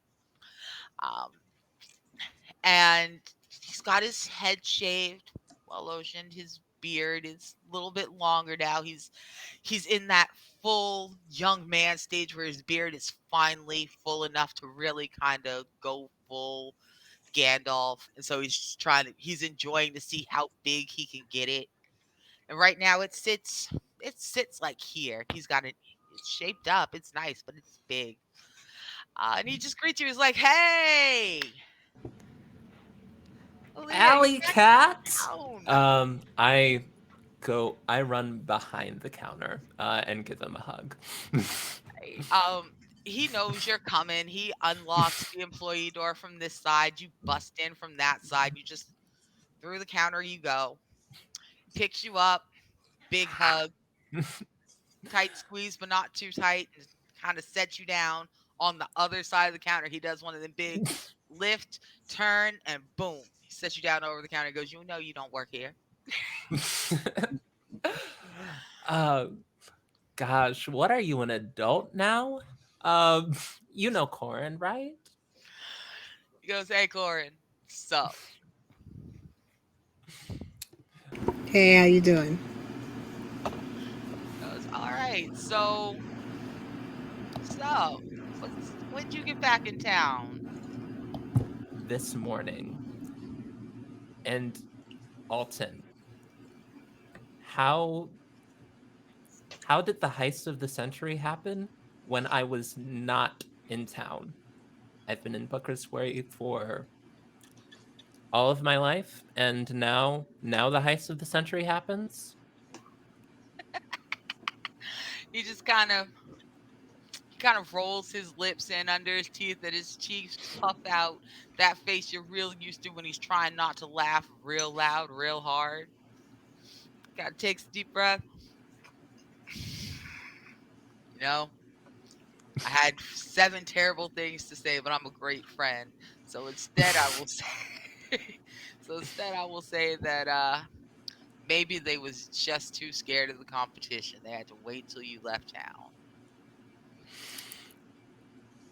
We are on a heist hunt. We're trying to unravel the mystery. What do you know? Yo, shit. If I knew anything good, I'd be out there collecting that reward. Did you hear Clip Silk is offering like a 50K reward for the return of this thing? Dorothea's ears perk up at the large amount of that award, but not giving anything away, says, I'm here to investigate those red velvet and white chocolate macadamia cookies you have there. And I was wondering if I could get one of those from you, young man.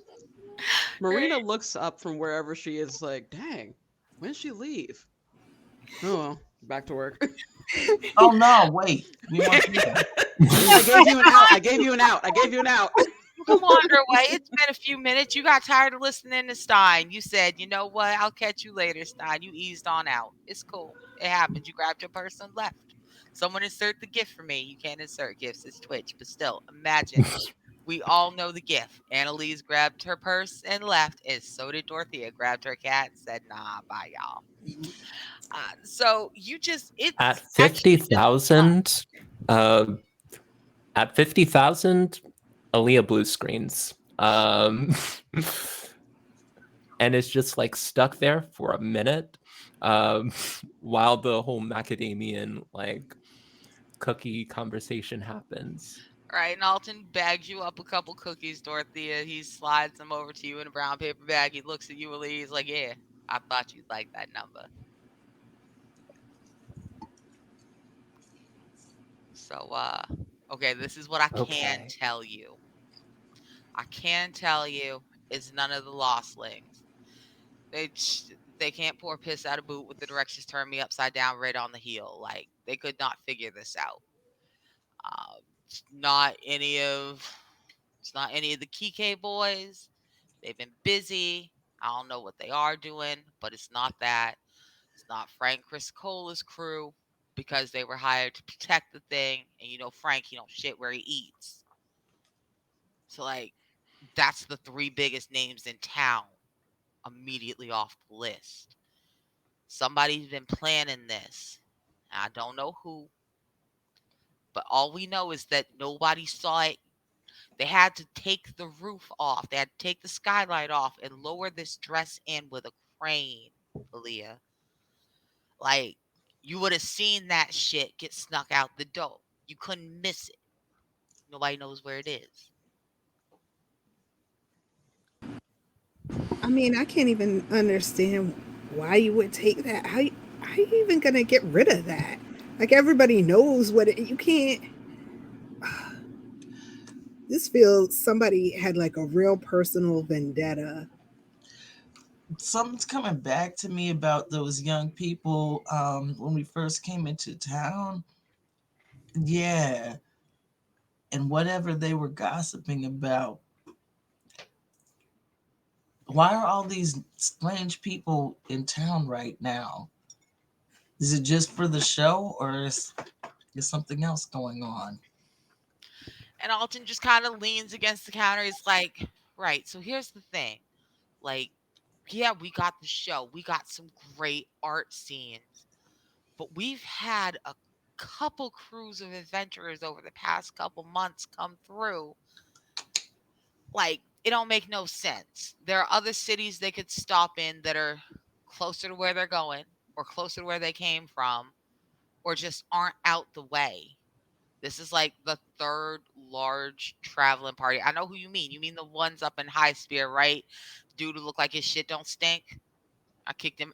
I had to kick him out the other day. He was you was flirting with my waitresses. I'm like, yo, man, she's 17. And I didn't like the way he looked when I said, yo, man, she's 17. So he had to get the fuck out. I threw him through the door. And he points over to where there is indeed an X where he's got some plywood up on his door because he most certainly Uncle Phil that dude. Whoop. Alton don't play. He's a big dude and he ain't having it. He's peaceful till he is not.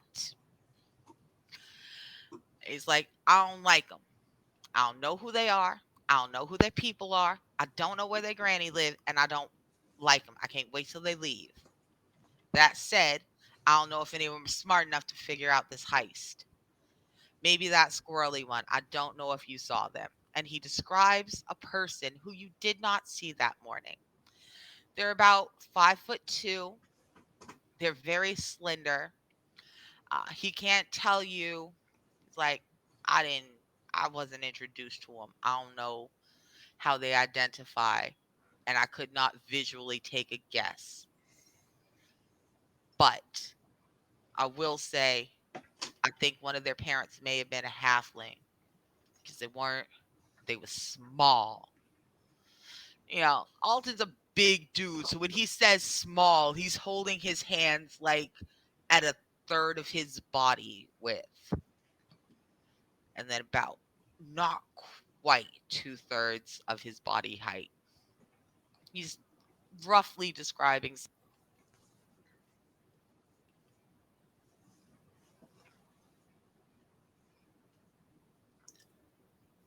Oh, I lost you. I can't hear you. Is that me or is that It's I can't. just yeah, I also lost him. No, Okay. it's me again. I kicked my Just damn too button. too excited, man. I am. You know what? Let me put this here where we can all see it out of my way. So, nah, he's small, he's squirrely. They're small, they're squirrely. I don't know. But you realize that you did not see this person at breakfast, Aaliyah. Everybody you saw was big and brawny or loud. They're a very standard, like second edition D&D questing party is who was at table 5 this morning. Um, yeah, I'm gonna sort of like say to myself, it seems like we've got to go hunting for some adventurers then. Um, and I think at this moment, she's gonna like look around her, notice that Marina isn't here, and like said that she was gonna go like do house calls. And Aaliyah knows that Marina is sleep deprived, and that like we should probably not leave Marina alone, sleep deprived, to do doctor work. So we should probably find Marina. Now, Marina, Mm, you were doing doctor work. yes, You visited several patients over at yes, Blackgate. You really take your community service hours, you take your community service very seriously.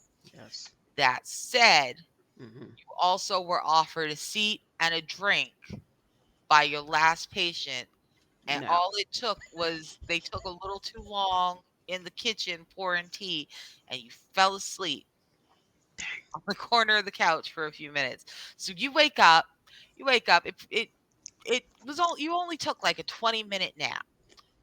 It was enough that you wake up a little bit discombobulated. You realize that Dorothea has absolutely said bless her heart and wandered off at some point that's between fair. Stein and here. Yeah, that's fair. Uh, and you're not entirely sure where your party is. You mostly remember what the plan was, but quite frankly, you're tired. You're a little bit distracted. What you can remember is that they were heading over either to the gallery or the theater. It was definitely one of those. And that at some point you have to go to the bookstore. With that in mind, where would you like to go? I will, at the very least, leave the inn because I want to at least walk around to make sure I don't just fall flat on my face to sleep again. However, she's gonna still stay in like around the general vicinity, mainly with the thought process of if I stay where I am, my party knows where I'll be and they can come get me. I'll make sure to message them being like, I'm in the area. Where you at? Do you want me to come to you or are you gonna come to me? I'm just staying here just in case. Just let me know. Dorothea left me. I don't know where she is. Maybe try to find her too. I don't know. Well, due to the modern miracle of spell phone technology, I'm able to pick up my phone and call on the spell phone to see what's up. So I call to check in. Oh my god. You're okay. Okay, cool. That's one less person to worry about on my list. Uh what are people doing? You know, there's coffee here which is pretty potent, and I don't know if that would help your Ew. condition. Maybe not. No, it There are some doesn't. also really, really good cookies here. So we're over at the coffee shop waiting for the bookstore to open. Um, and Mm. I have heard that the reward is 50,000. That's a lot. So that is enticing. What did you think about you know, do you think that maybe we ran into any suspects? I'm not naming any names. Um I feel like there are people who would be understandable if they were to do it. I don't think any of them did. In all honesty, my only thought of that entire exchange was maybe just collab with the guy. He can do the work and you can do the ideas, and that way you can still do your project type of thing. So I'll bring that up to him next week, but whatever. Yeah, Uh, I wouldn't mind cutting him in, especially since it seems like he could use, some money. Um, but also there's some new strange people in town. Some squirrely little skinny person that's like maybe a little, shorter than me. I hated how they were talking about how short people my height are, but yeah, I'm it not mad. is what it is. Yeah, yeah, yeah, Well, yeah. weird people happen all the time, so that's not really too concerning, but I guess I'll make my way over. Coffee hasn't done anything for me since my residency, so, but I should, I'll be there in like 10 minutes, I think. Yeah, I'll be there. All right. Now, as you are making your way from over here at building 3 Hmm. all the way down the street and then up to level 1 where Mm. Alton's Brown Beans is, you happen to notice darting into the freshly opened bookstore number 2. I mean, you didn't hear the description, but technically that dude on the, way down the other end of the street, if the street hadn't been empty, you never would have noticed.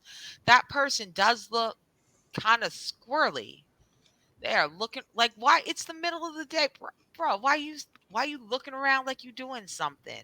But he's looking around like he's doing something before he run in the bookstore. You can head to Alton's Brown Beans to get your party. You can stand here and call them, or you can go try to catch that person or follow them into the bookstore. What would you like to do? No, I'm a pacifist, so I'm not gonna do anything that would potentially endanger me and get me into a fight. And I'm also mild manner. I can't be aggressive. That's why Corinne's in our party. So I'm gonna just send a text. Squirrely guy went into the bookstore, and I'm gonna just observe, Okay. stand All and right. watch. All right. So here is where everyone is.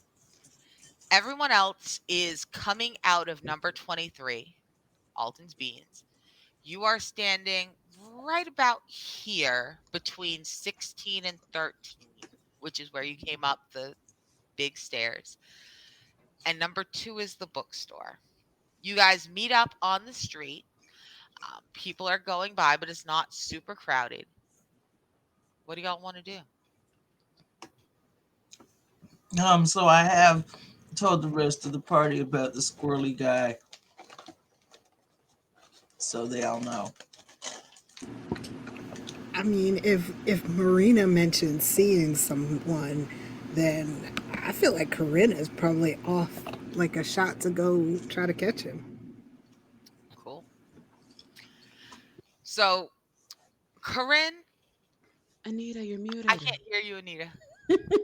Oh no, It we wasn't are me this jetting time. down the street. So, Corinne and Aaliyah take off for the bookstore. They are at speed. Marina and Dorothy are just kind of looking at each other like, mm-mm, bless. Auntie gonna walk. Sis is tired. Y'all are coming at a more sedate stroll, but you're still making pretty good ground. So, you come into the bookstore, and this is. Let's go ahead and move your little thing. So, here's the bookstore. It is 1.5 stories tall. So, it has some space up under the rafters, is what it is. Do, do, do, do, do, do, do. Why is my book so big? Why do I write books? The bookstore is covered in a mural of figures of note from around the district. Dozens of faces ranging from enormous to just a little bit bigger than an actual human face are painted in intensely saturated tones and outlined in beautifully illuminated text from random varieties of books. The owners host a poetry slam at Alton's Brown Beans twice a month. This bookstore is one story with a sharply pitched roof, giving a second floor of bookcase space. Inside, the walls are bright violet and a deep plum pinstripe, where it peeks out from between the mismatched shelves and the community flyers. So, as you guys walk in, you step in between some nature books and some. What the hell are those? Let's find out together. 13, clearance rack. 13 is the clearance rack. 6 is nature anatomical. Now, the books you have been asked to get are a book on gems. That's not the one that's outlined. So, probably for McCoy's granddaughter, she likes sparkly things. She's interested in gem cutting. Cool, cool, cool. And there's a cookbook. The cookbook is underlined. And it's kind of weird because LaCoy's an amazing cook, but it's also a dwarvish cookbook. You know, LaCoy's human, so maybe she's just trying something new. So that is the one that she is very serious. Do not get a different book. Don't get the newer version. Get this one. And then there are a couple other ones, art books, one on adventuring, stuff that you're pretty sure she's going to leave around in the lobby for people to read while they're waiting. So here is how the bookstore is laid out. Number one is the counter. Number two, outside is the mural wall. Is two cut off? That's so funny. Anyway, this entire back wall where it no longer says two for some reason is the mural wall. Number three is regional history. Four is literature classic. Five is literature popular. Six is nature anatomical. Seven is nature botanical. Eight is history and art. Nine is history sculptural. 10 is art textiles. 11 up here is cookbooks. 12 is legends and lore. So this is what the bookstore looks like, and this is how it's laid out. What do y'all want to do? Feeling confident that this is the correct book for the that we're going to take. I don't feel like I need to use my luck for that, but I do feel like I should use my luck for trying to bump into this mysterious, you know, sketchy person and maybe have a conversation because I definitely am not going to use my speed because I'm never going to run and catch up with this person. Valid. Go ahead and roll your luck for me. Okay.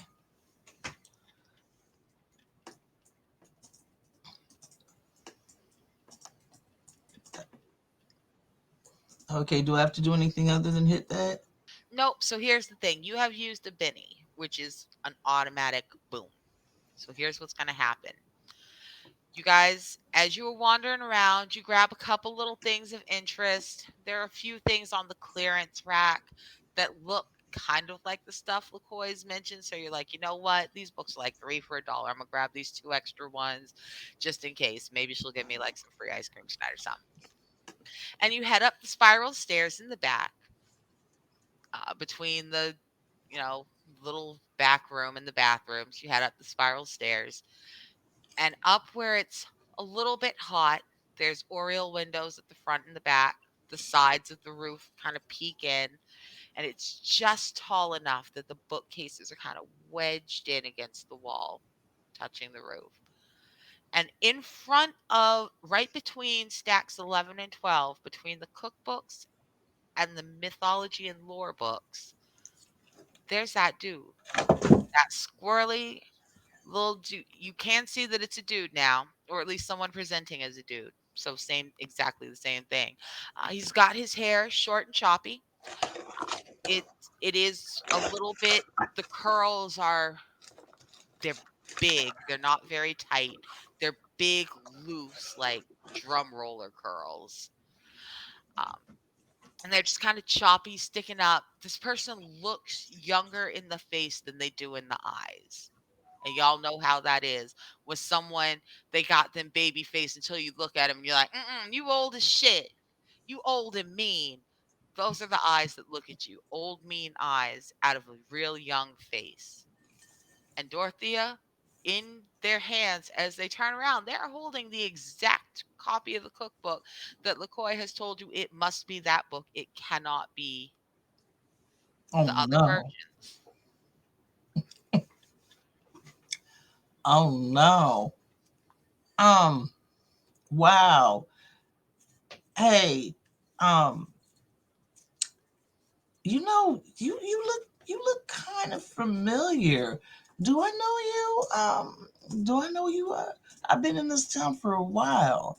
I do think I've seen you somewhere before, and I admire that cookbook you have. I came here looking for it. I'm gonna tell you, I actually was looking for that exact cookbook.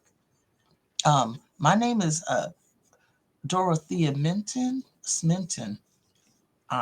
Pleased to meet you. And you know what? You are so wonderful, Dorothea. I hate to describe just the garbage way he looks you up and down. And no, I'm not answering the door. The children can get fucking keys. That is almost certainly my sister locked out of the house. I hate to do this. If y'all will excuse me a minute, because the Little Mermaid will not stop if I don't.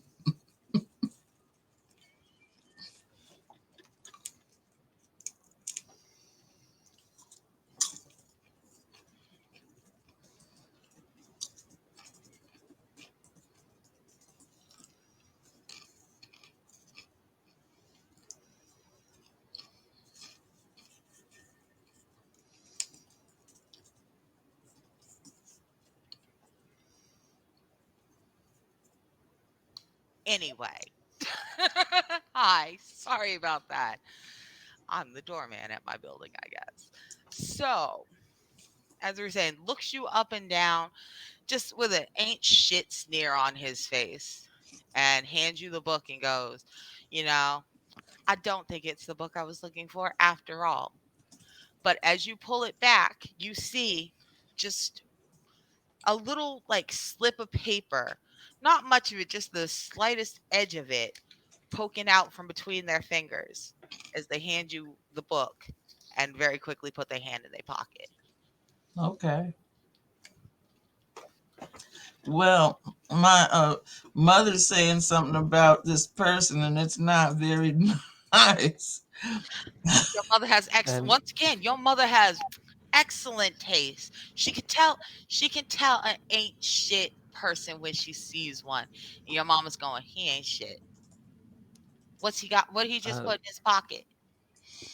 I am really trying to figure out if there's any way that I can use my cell phone technology to track this person so I won't have to be running all up and down the street. You know what? Here's what we're gonna do. I want you to take out your phone and then I want you to roll weird science. If your weird science roll succeeds, then you have done what is essentially a trace. You have pinged for their phone via spell. Okay, there we go. All right. So now what I'm going to do is I'm going to roll a d6 and let's see if it worked. Roll the die. I rolled a 5. So here's what happens. You do manage to get half of what you need because it was so close. You pull out your phone and you're very quickly using your thumb is flying. You got the fastest thumbs. Like teenagers are jealous of the speed at which you text. You are do do do do do do do while you talking, but he walks away too quickly. You manage to get a half ping. As long as you guys are in the same neighborhood, you'll be able to track roughly where they are.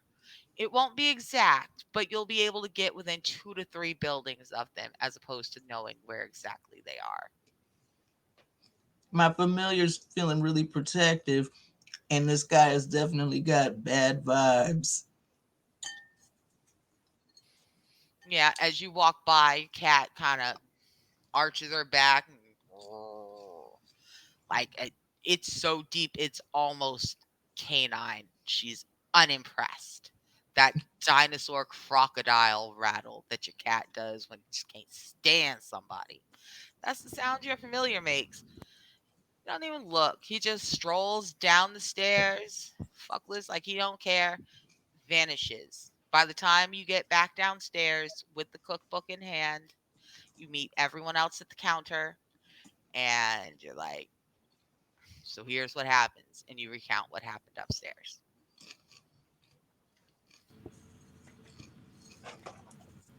Well, I wasn't able to get a full ping on that person, but I did. I mean, right now he, whatever are still in the area, but I don't know how well we can track. Uh, you know, I, I'm just gonna say this: uh, bad vibes, very bad vibes. So what do y'all want to do? Um, should we try to follow this suspect or what? Aaliyah Follow him. definitely wants to race after them and talk to them. Um, like just you say that like they obviously swiped something, some piece of paper, and we're trying to hide it.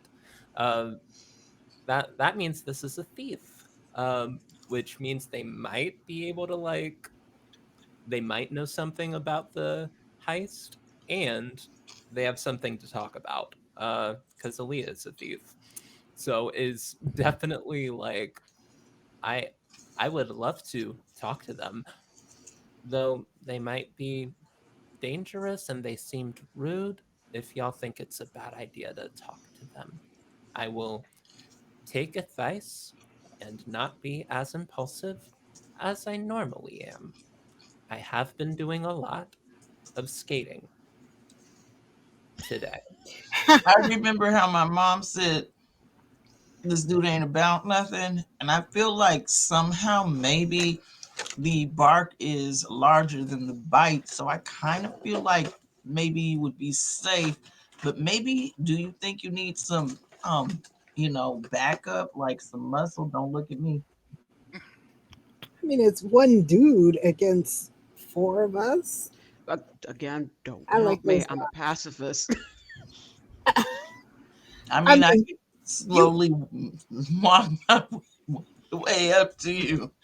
if he was trying to run past you, you would trip him, right, Marina? Come on now. I mean, I mean, is that a part of the Hippocratic Oath? Let me double check that. Do it's supposed to be like the do no harm thing, right? So I feel like that is a part of the do no harm.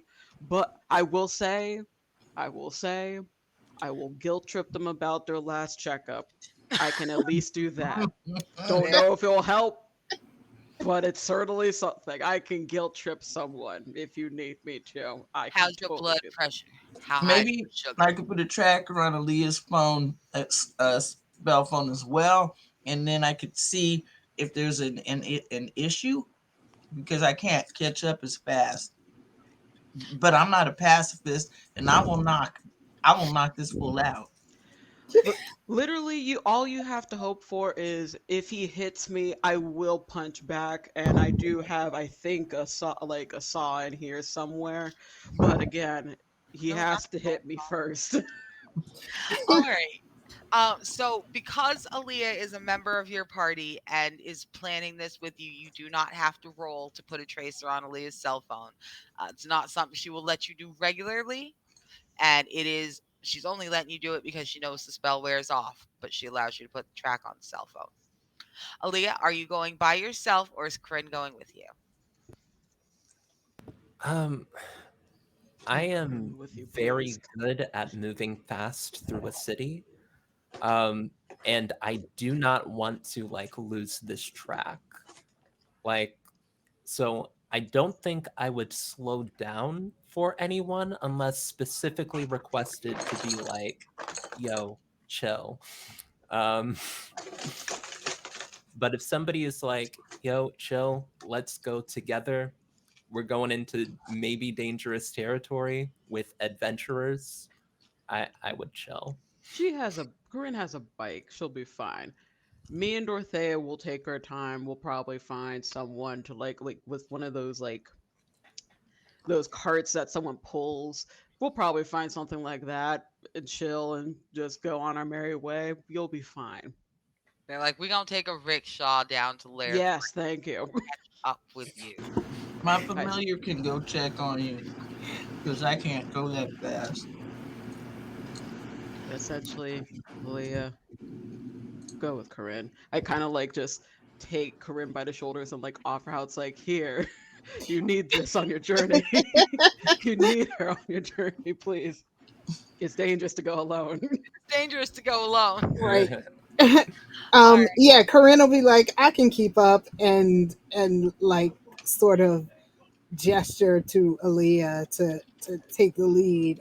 Don't slow down for me. Cool. So, Aaliyah will go. so as the two of you come out, you see like the clothes in Booker's Way are typically fairly bright. They're not obnoxiously bright, but they're bright colors, they're jewel tones. Brown is beautiful in its time and place. A nice chocolate, a nice caramel, some tweed, but like this is like burlap brown, the color of the cloak that they're wearing. It is ye old the fantasy beige trench coat. It's basic and ugly and terrible, and you see the edge of it flapping as they run down towards the second flight of stairs. They're making their way back to the very bottom level. Uh, and you don't see which door they go in because you are turning a corner and they're turning the corner, but they're leading you back right where you guys started towards the gallery and Charlie Sunday's theater.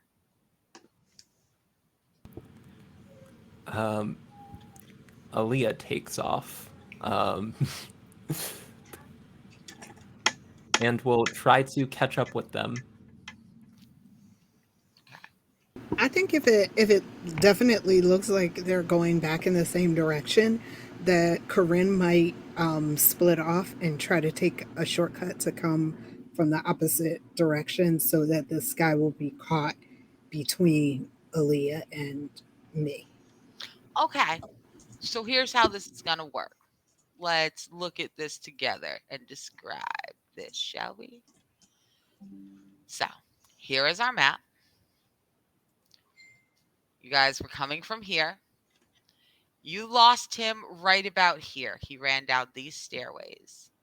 By the time you got to this stairway, he was turning this corner. You turned, you lost him. He's either gone in this door or this door. You can try to cut down the other way, but cutting down the other way, you're either going to have to go down and around this side or all the way down this side. You are on the most direct path. If the two of you split up, you, Corinne, will be taking the long way. Maybe like we both take one of the directions that they went, just trying to follow. Like one of us will catch them, and like, well, we have our phones and we can text each other. Okay, so one of you wants to go to the gallery and the other wants to go to the theater. Yep. Yeah, Um. Yeah. Who I wants Yeah. hate to to go split where? us up further, but I will. Um. I will split the party like a atom explosively. Yeah. Aaliyah will just. The first thing I heard was gallery, so we'll just like either gallery or the other place, and we'll just go to the gallery. All right. yeah. So then, yeah, I guess Corinne will then head toward the theater. Okay. So we're gonna start at the gallery. The gallery and the theater do share like what is essentially a beer garden. It's got a little outside bar where drinks can be made. It's got some seating. Depending on what the showing is, you can absolutely go in and out between the two buildings through this garden. Uh, Aaliyah, as you come in, what you see is that this gallery it's got a whole bunch of partition walls up that turn it into a little maze. You come in, you go around the outside, you duck in, you go the second one, and you weave your way in and out until you finally get to this big number five. This entire shape is the giantess's gown. This whole thing in number five. All those little boop boop boops, that's the length of the train that is missing. It literally sweeps from the back of the dress. They pin it around a pole and it goes all the way the length of that center thing, or it used to. It's not there now. Um, but in all of these cases, there are a variety of when Clip Silk said a bride in every size, Clip Silk meant a bride in every size. There are tiny ones designed for the smallest of the Fae folk on little doll sized mannequins right here closest to the door. And they get bigger, designed for different body types and different species, all the way until you get to the giantess's gown. There are large ones for dragon folks. There are ones with wings cut out. There are ones with spaces for tails. There are ones with spaces for bodies that are 8 feet tall and 500 pounds because orcs want to look pretty on their wedding day too. Like, it's a look. Um, and some of them are more expensive than others. But as you make your way to this center area, you can always see the shoulders and the neckline of the giantess's gown peeking over. And it's gorgeous. It really is. It's a scalloped lace.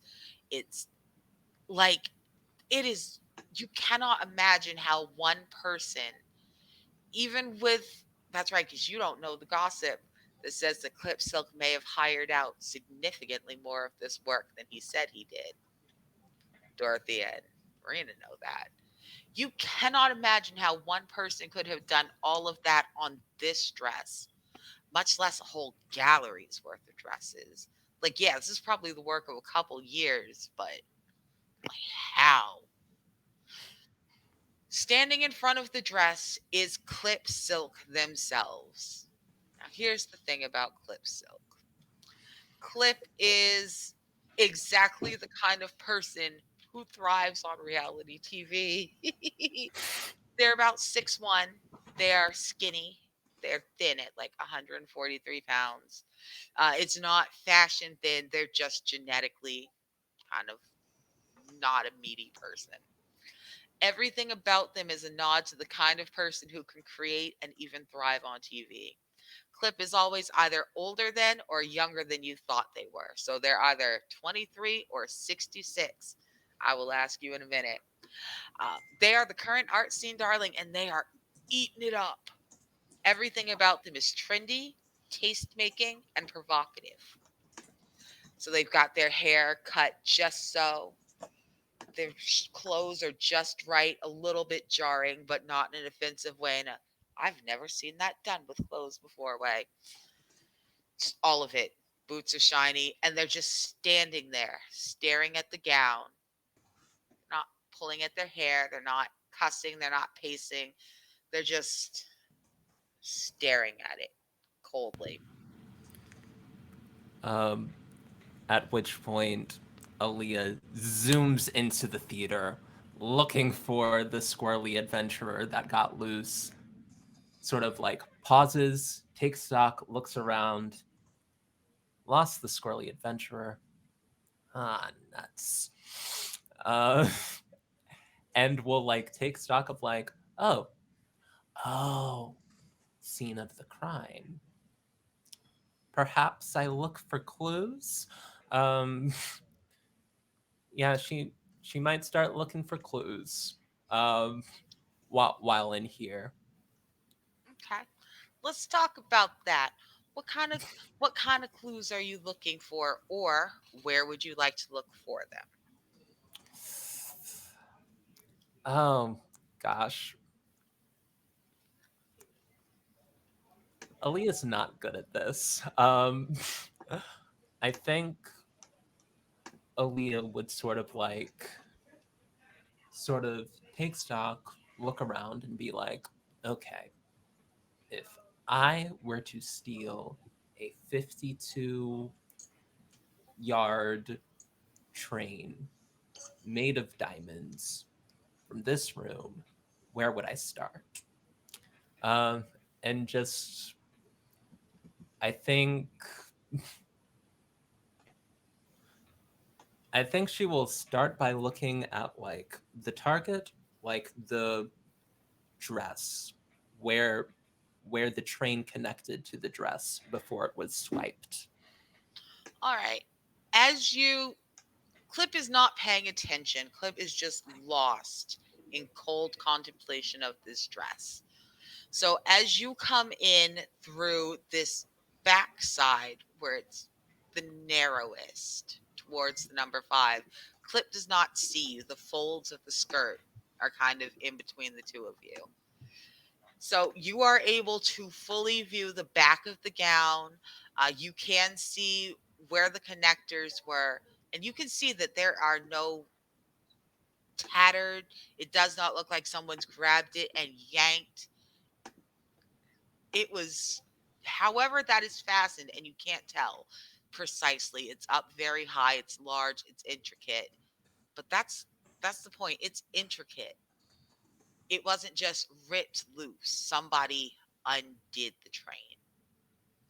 If you would like another clue, roll your notice for me. Okay. Yeah. We will roll notice on the thingy thing. And ends, ends. That's a P. Notice. A. A. Hey, that's not bad. It's not great. So Here That's so is true, bestie. go play. You're fine, you cry baby. Here is what you do and don't notice. What you do notice is that this is a marble floor. There's no scratches on the marble floor. Like if someone picked up that ridiculously heavy, almost half a ton of train with all that embroidery and beading and pearls and everything, 52 feet of that is almost half a ton. It's like 1,000 pounds. If someone had drug that out, the gym settings would have scratched the marble floor. So what you don't notice is scratches on the ground. But for a one, that's all you got. And Clip Hmm. Silk notices you as you come around the corner of the skirt Yeah. looking for I'm the just scratches. I'm just skating around this place, like skating around the dress, stroking my chin. I haven't acknowledged or like really even noticed Clip yet at this point. Um, but yeah, I'm just rolling, circling around his very expensive dress. All right. Now, Anita, is Clip older or younger than you thought? Um, I I really don't think Aaliyah had thought about Clip pretty much at all. Um, but like upon noticing Clip, gosh, I don't know. Evens evens older, odds younger. Older than I thought. Okay. So, So, what you are seeing is just this. He's. You're never too old to be cool. You really aren't. That said, the style and everything as you come close, it it's trendy, it's cool, it's awesome, but it almost feels like the edge of forest. It very much feels like someone who understands all the trends and all the ways they're put together and knows how to perfectly pull it off, but secretly also knows that look, there are more age appropriate trends for me. I look like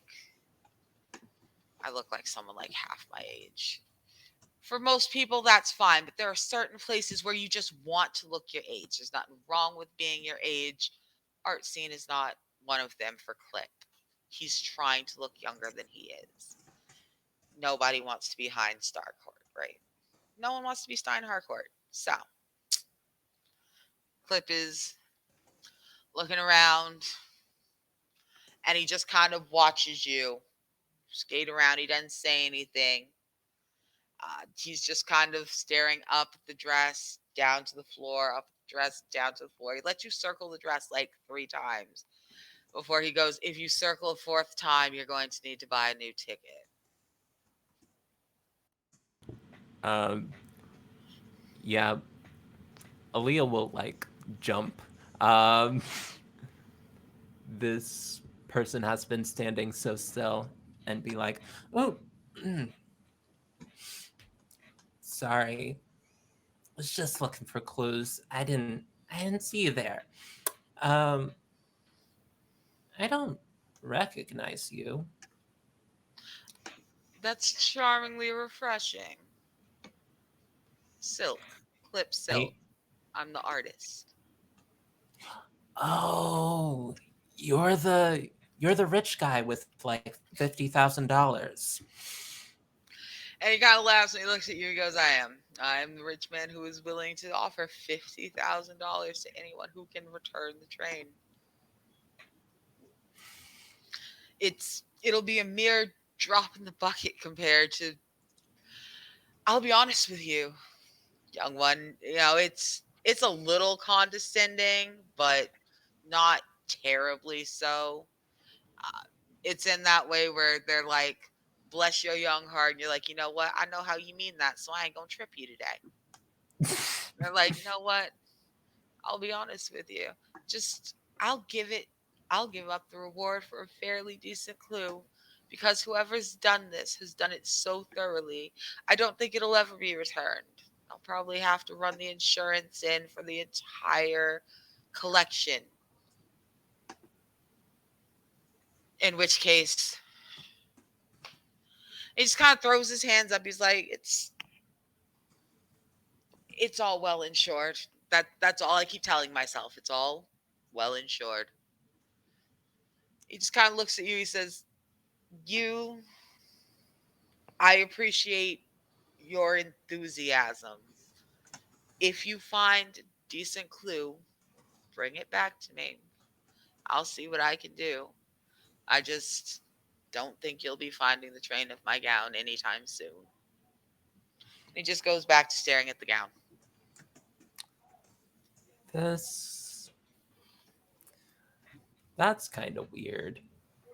Like, yeah, this person is really strange.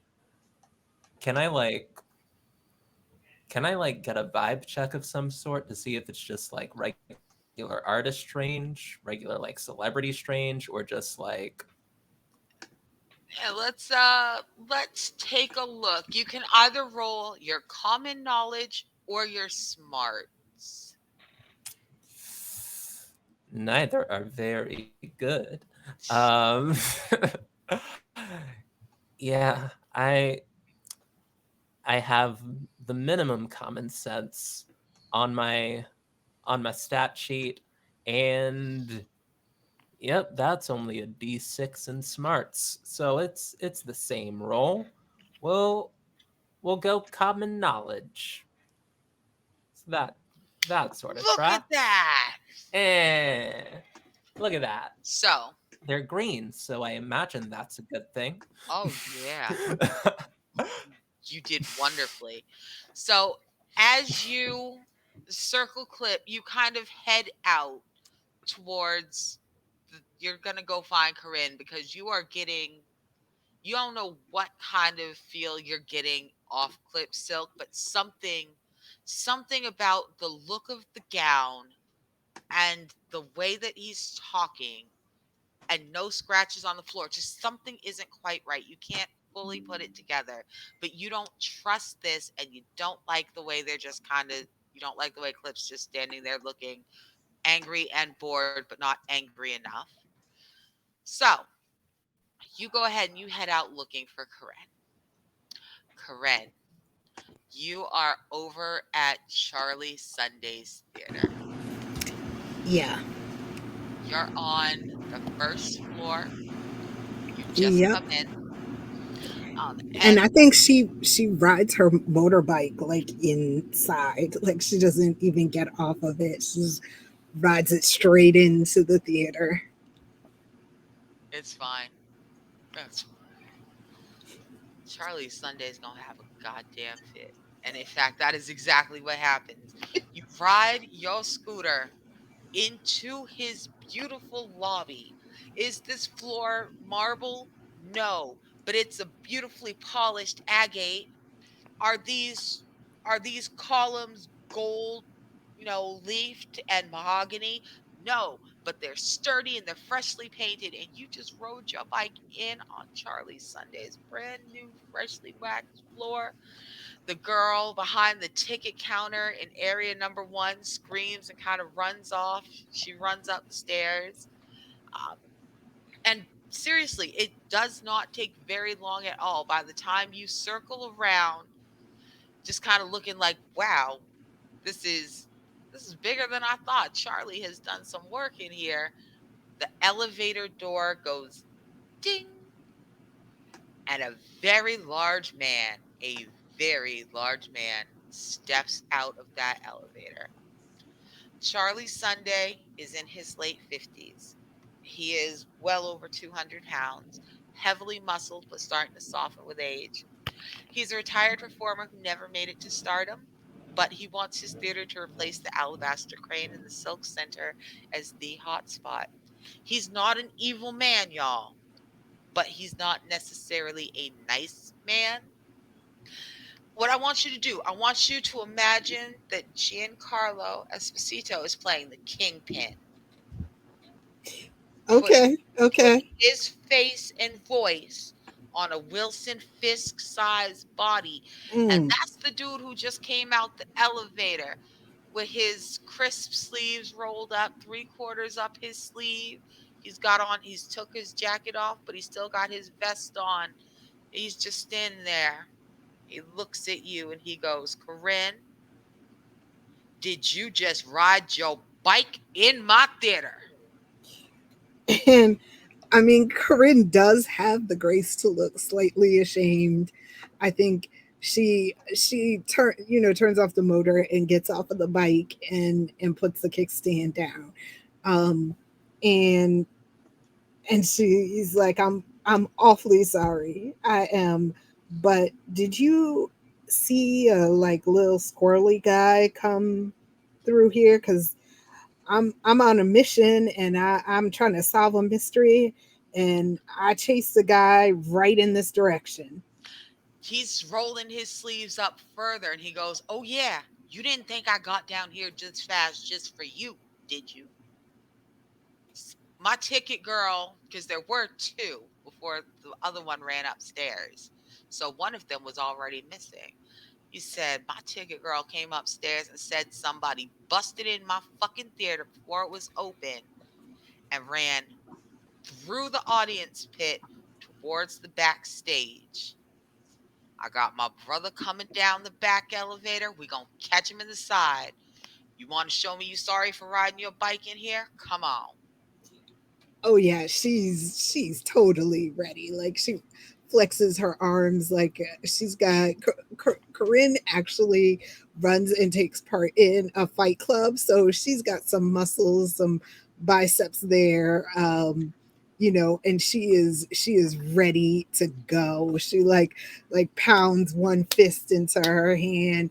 And I think really quickly she'll take out her phone and say, we got them trapped at the theater, text everybody, and then say, let's go. Okay. So, Dorothea and Marina, the two of you have been slowly making your way. You've been taking your time, you've been talking, working through the kind of puzzle of this. What kind of information could be taken? What did the dude slip out of his pocket? Does LaCoy really want this cookbook or does she want what that dude has? What's going on? Y'all are tracking, Aaliyah's phone, and you see that Aaliyah's phone has been in one section and then it moves just a little, not too far. They can just stay locked outside. I'm tired of answering the door for people. I don't care. Oh my God, my dog's going to scream. And so you're fine. I will just unplug the doorbell. So what happens is you guys are all converging on the theater at the same time. You guys come out on the hall just in time. I'm just gonna unplug my doorbell. I'll be right back.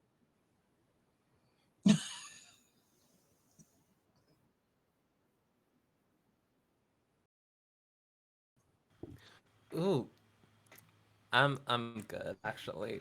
Hi everybody. People are gonna have to Arnica's get their back. kids' keys any other day but today. Not today. I'm too black to open the door on Juneteenth for y'all. Anyway,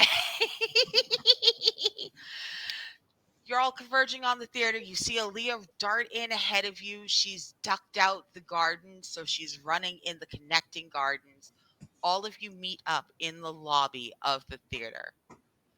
Uh, and Charlie and Corinne have already headed into the seating area. They're walking past the orchestra pit, which is number 5. They're heading towards the stage, number 6. The rest of you are in the back of the auditorium. You've blocked off the door. There's no way out. And there's one figure just caught in the spotlight. Somebody up in the rafters has turned the spotlight on this squirrely little person who's standing there in front of the curtains.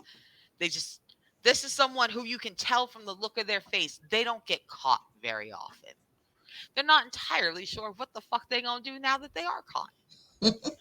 Um, and Charlie just kind of goes, so You just gonna let yourself in without buying a ticket, huh, bro? I don't I don't think you know how we do things over here. This is a nice establishment. And he's unbuttoning his vest. He's loosening his tie. He's like, we are classy here. We buy our tickets and we don't scare the ticket lady. Now, what the fuck are you doing in here? Corinne, you just kind of swole up in back.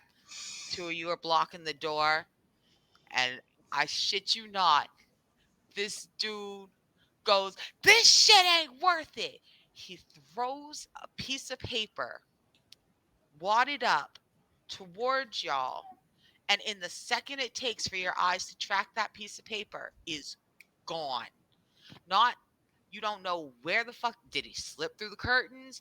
Is he, you don't know. You, one minute you looked at him, the next you didn't. If he could do this, you don't know why he didn't do it with the paper, but he's thrown the paper and he's gone.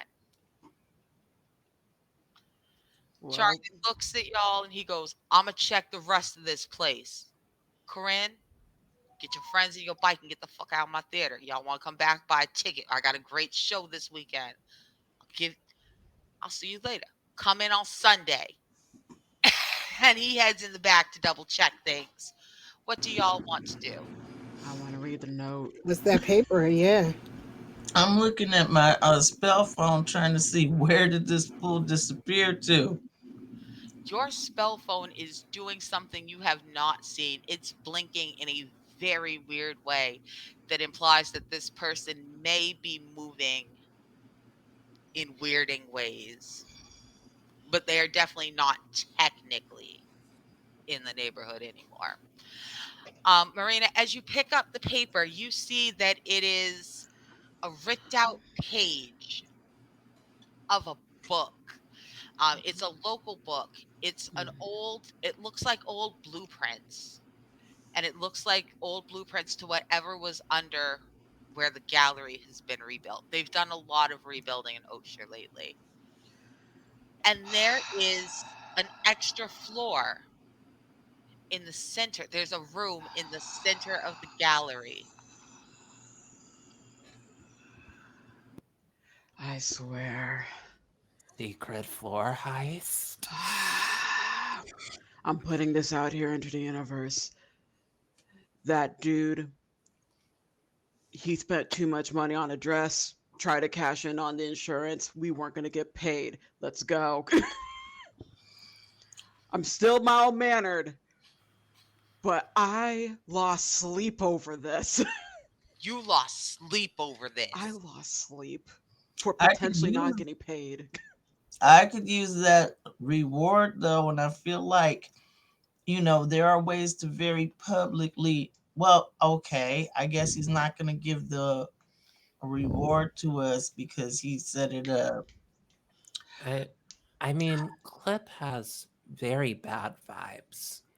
I just talked to him over there when I was looking for the squirrely dude.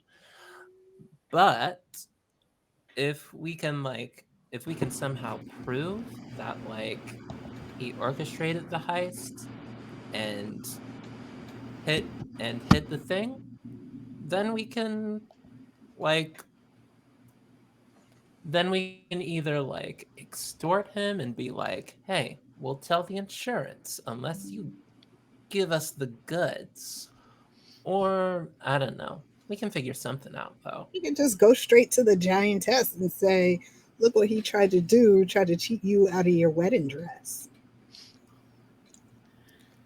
There you go. That'd be a was there great an actual reply. giantess, or That would was be it great. like In the future, there will be an actual giantess, but no, these are Oh, I all thought he uh was model. making the dress like Models, yeah. for someone. No, Yeah. this is a bridal runway of people who will never be able to afford the dresses. So at this point, it's just a self-aggrandizing. Look at what I can do. Oh, okay. Except Oh, stick Maybe around boy. we here should for just take. I don't know. Like I do feel that we could try to figure out what's going on under there, but might be dangerous, and we could also maybe take the book back and get some help because The we don't secret really have to heist be tunnel alone. is right here. I Aaliyah really mean, Oh, wants to go we to are the secret we. heist I'm tunnel. I'm ready. I didn't even get to hit anybody yet. Okay. Yeah. Okay. So Please, Auntie. We could As have the soon as we're cat done with the go secret heist through. tunnel, we'll go well, to I don't the want to get we'll go to busted by return the that guy book. saying that we don't have a ticket, but you know you are a doctor, and I heard that the artist is not as young as he pretends to be from some of my other friends that are his same age like I am. So maybe you could just pretend to be his doctor so we don't get kicked out.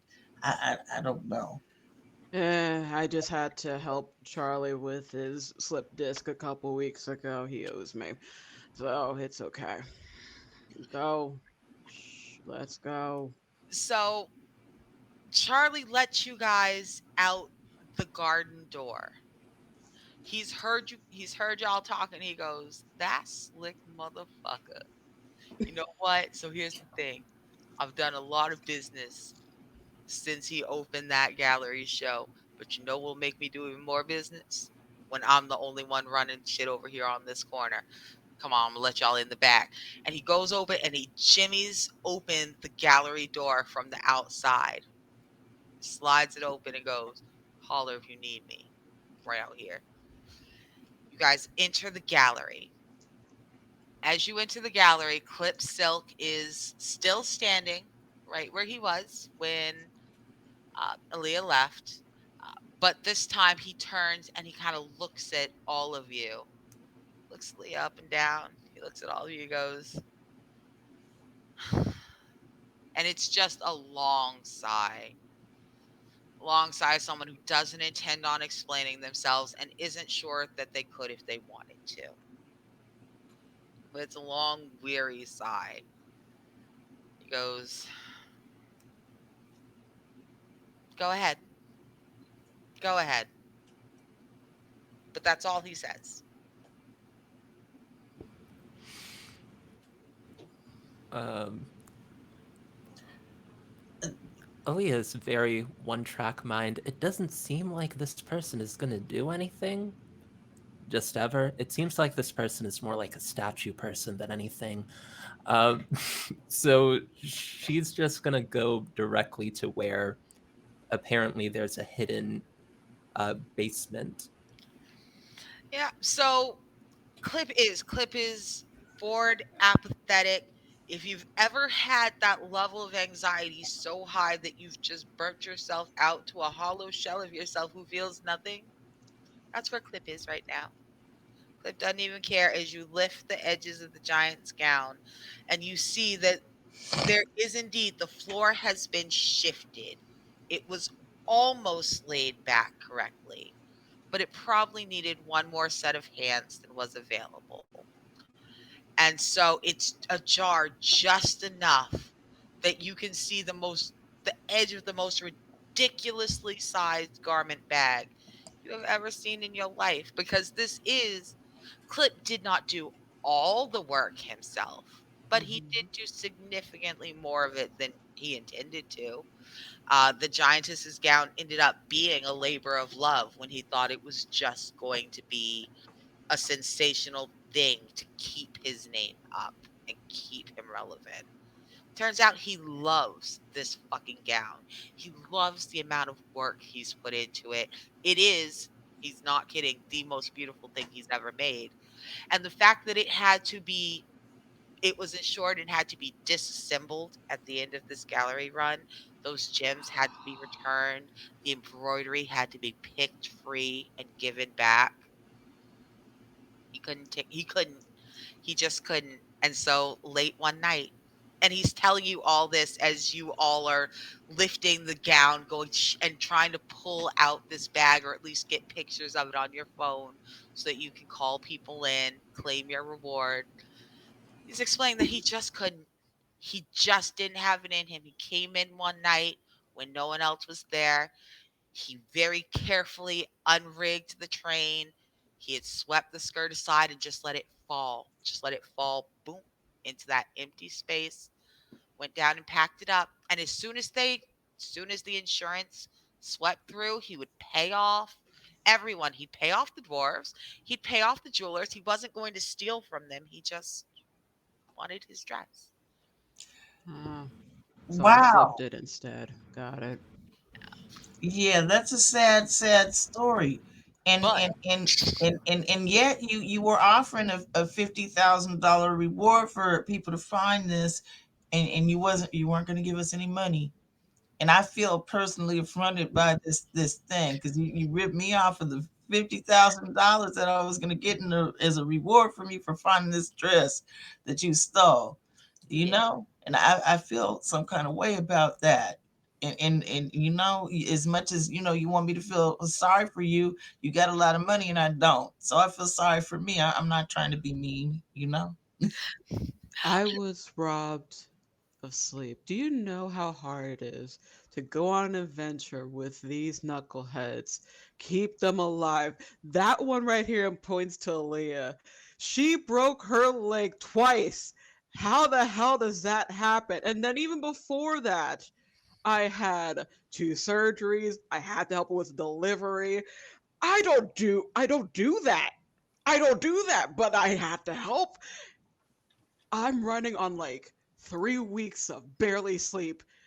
You owe me good sleep. And also, I'm going to talk to you about a possible business proposal, but after you get in trouble with the law and blah, blah, blah, blah, blah, blah, blah. Give my people money. I want a nap. And she's going to find a chair.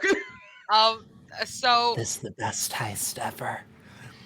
there is a knock at the door, and a the first thing you see is a beautiful black silk parasol, followed by Jess Fogum as she lets herself in, shielded from the sun.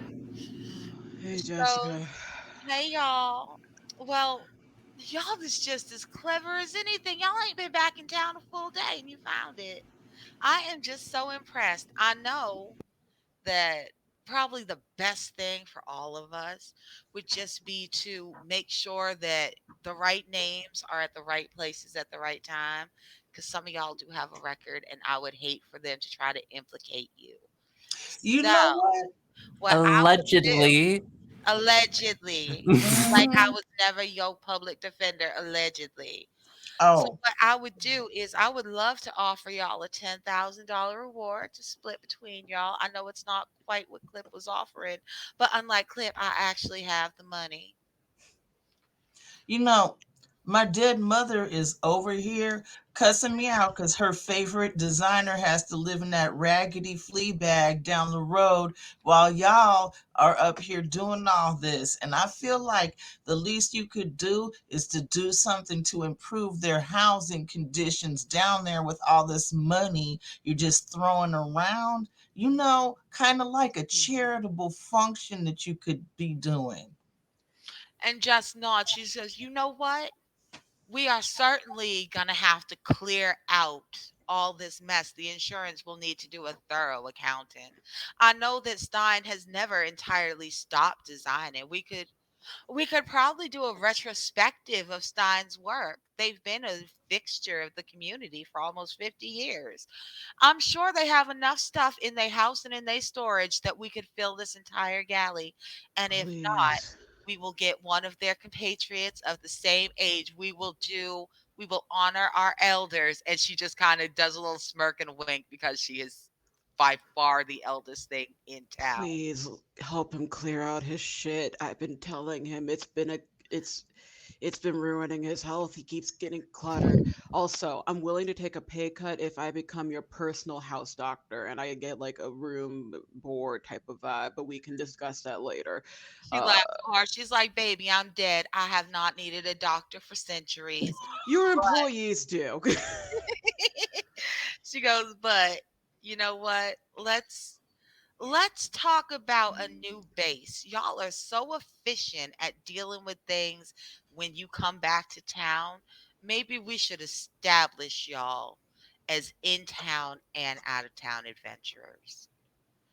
And she puts her arm kind of around you, Dorothy, as she knows you best. Y'all have a friendly and interesting relationship. And she goes, "You know what? I'm gonna buy y'all dinner, and we will talk about this. But first, let's go to my office and get y'all paid."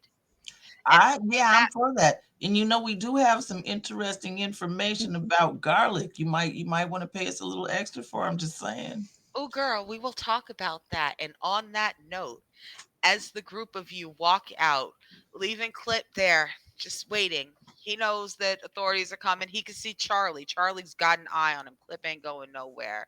And the four of you walk out comfortably, well paid, satisfied with a good day's work. Y'all did this in less than a day. Everybody's been spending their weeks the whole time y'all were gone, and y'all in one day solved the Silk Center scandal. Congratulations. Thank you all so much for an amazing game and a wonderful first peek at my system setting. You make me feel really, really happy. Y'all really warm my heart. I'm glad you liked it and I'm glad you were here. We are going to go around. We are going to say goodbye to our cast one last time. They will tell you a little bit. They'll give you their name, their character name, and a little bit about what they've been doing. I will run you down a couple of the last boop boop boops, what's happening in Girls Run These Worlds this week, and then I'll let y'all go. Free you up for your day so you can hit a barbecue before the sun goes down. Let's start with Lily. Hello, I am Lily. I'm Elise on Life on Twitter, and I'm Lily PHL on Instagram, and the Scribe here in Twitch and Discord. I can be found in a couple of different places. I have my own podcast called Blurred on the Street, where my sister and a mutual friend, we are three Black women who just talk about geeky, nerdy stuff and current events. I'm also part of the Misfits of Space podcast. I was in the first season where we did a Star Wars actual play, and I'm in the currently airing episodes of Monster Hearts 2 on there, actual play. And I can also be found recently on Girls Run These Worlds with Regency Remixed, which is a Regency set in the Fae world. And I will also be on tomorrow for one of the big gay one shots here on Girls Run These Worlds. It's going to be Vampire the Masquerade System.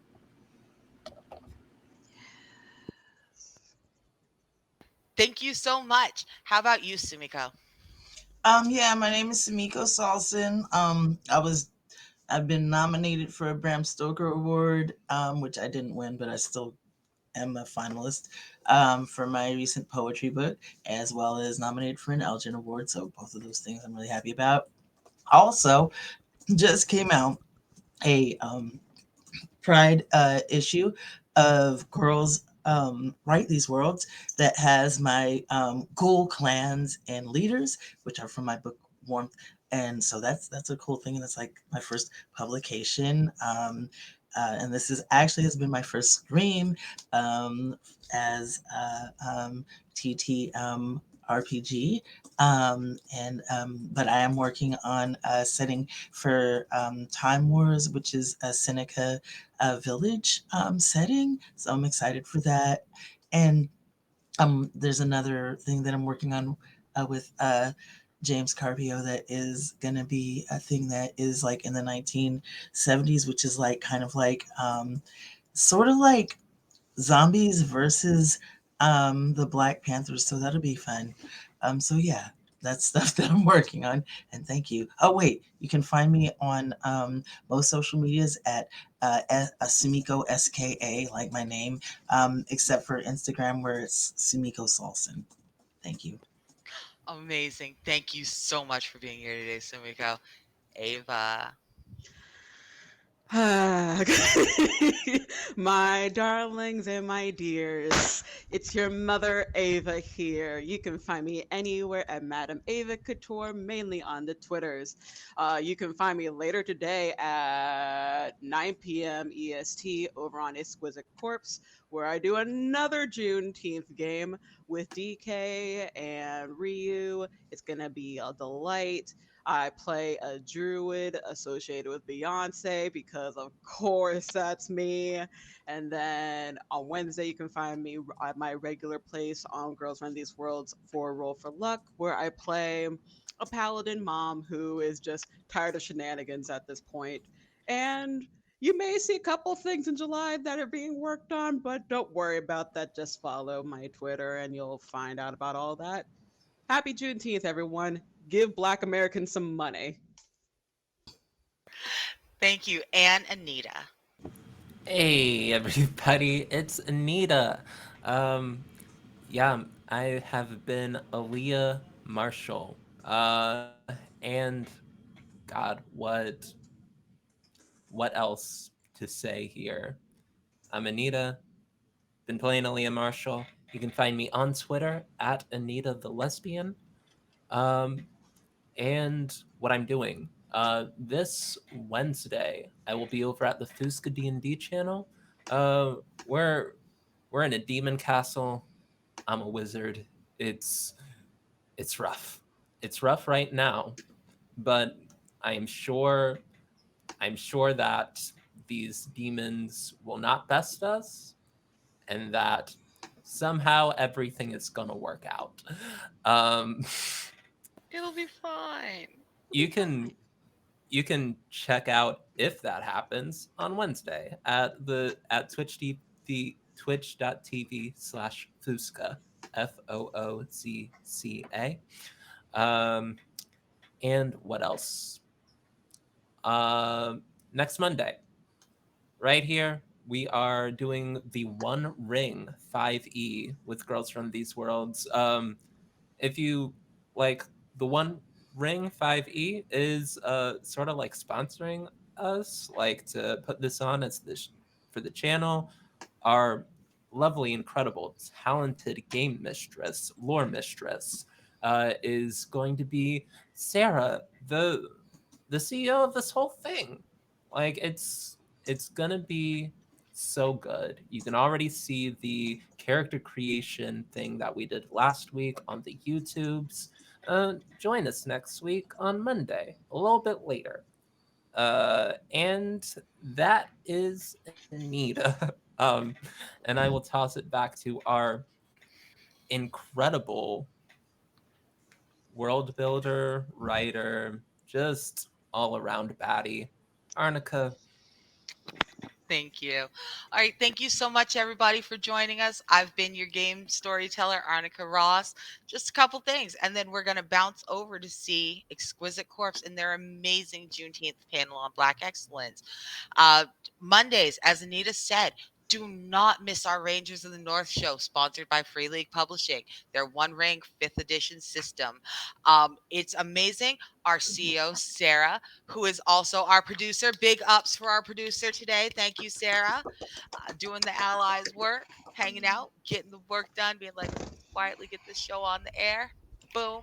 You're going to love it. Check out the VOD on YouTube. You can see the character creation. Check out the beginning of their adventure on Monday, 8 p.m. Eastern Standard Times. Our third zine, the Pride issue, is out. I'm not going to say that I'm in this one too, but I will say that there is something called the Alley Apple bag. And if that sounds a little bit familiar, boop. Um, Tuesday, Vampire the Masquerade, our Pride one shot. Wednesday, Roll for Luck is back with our beautiful Ava. Are who the Sapphics gonna kick their ass? Maybe their own ass this week. Let's find out together. Ballad of Conjurers launches this Friday. An epic tale about the future of all sentient beings, and Misspent Youth comes in Friday night. Catch Ballad of Conjurers at 2. Catch Misspent Youth at 8, 9:30. Catch Misfit Youth at night. Come to our Twitter and Twitch to find out. I'm Arnica X Ross on Twitter, Twitch, and Hive. And thank you so much for being with us on this beautiful Juneteenth. Let's go watch an amazing panel on Black Excellence. Let's head over to Exquisite Corpse.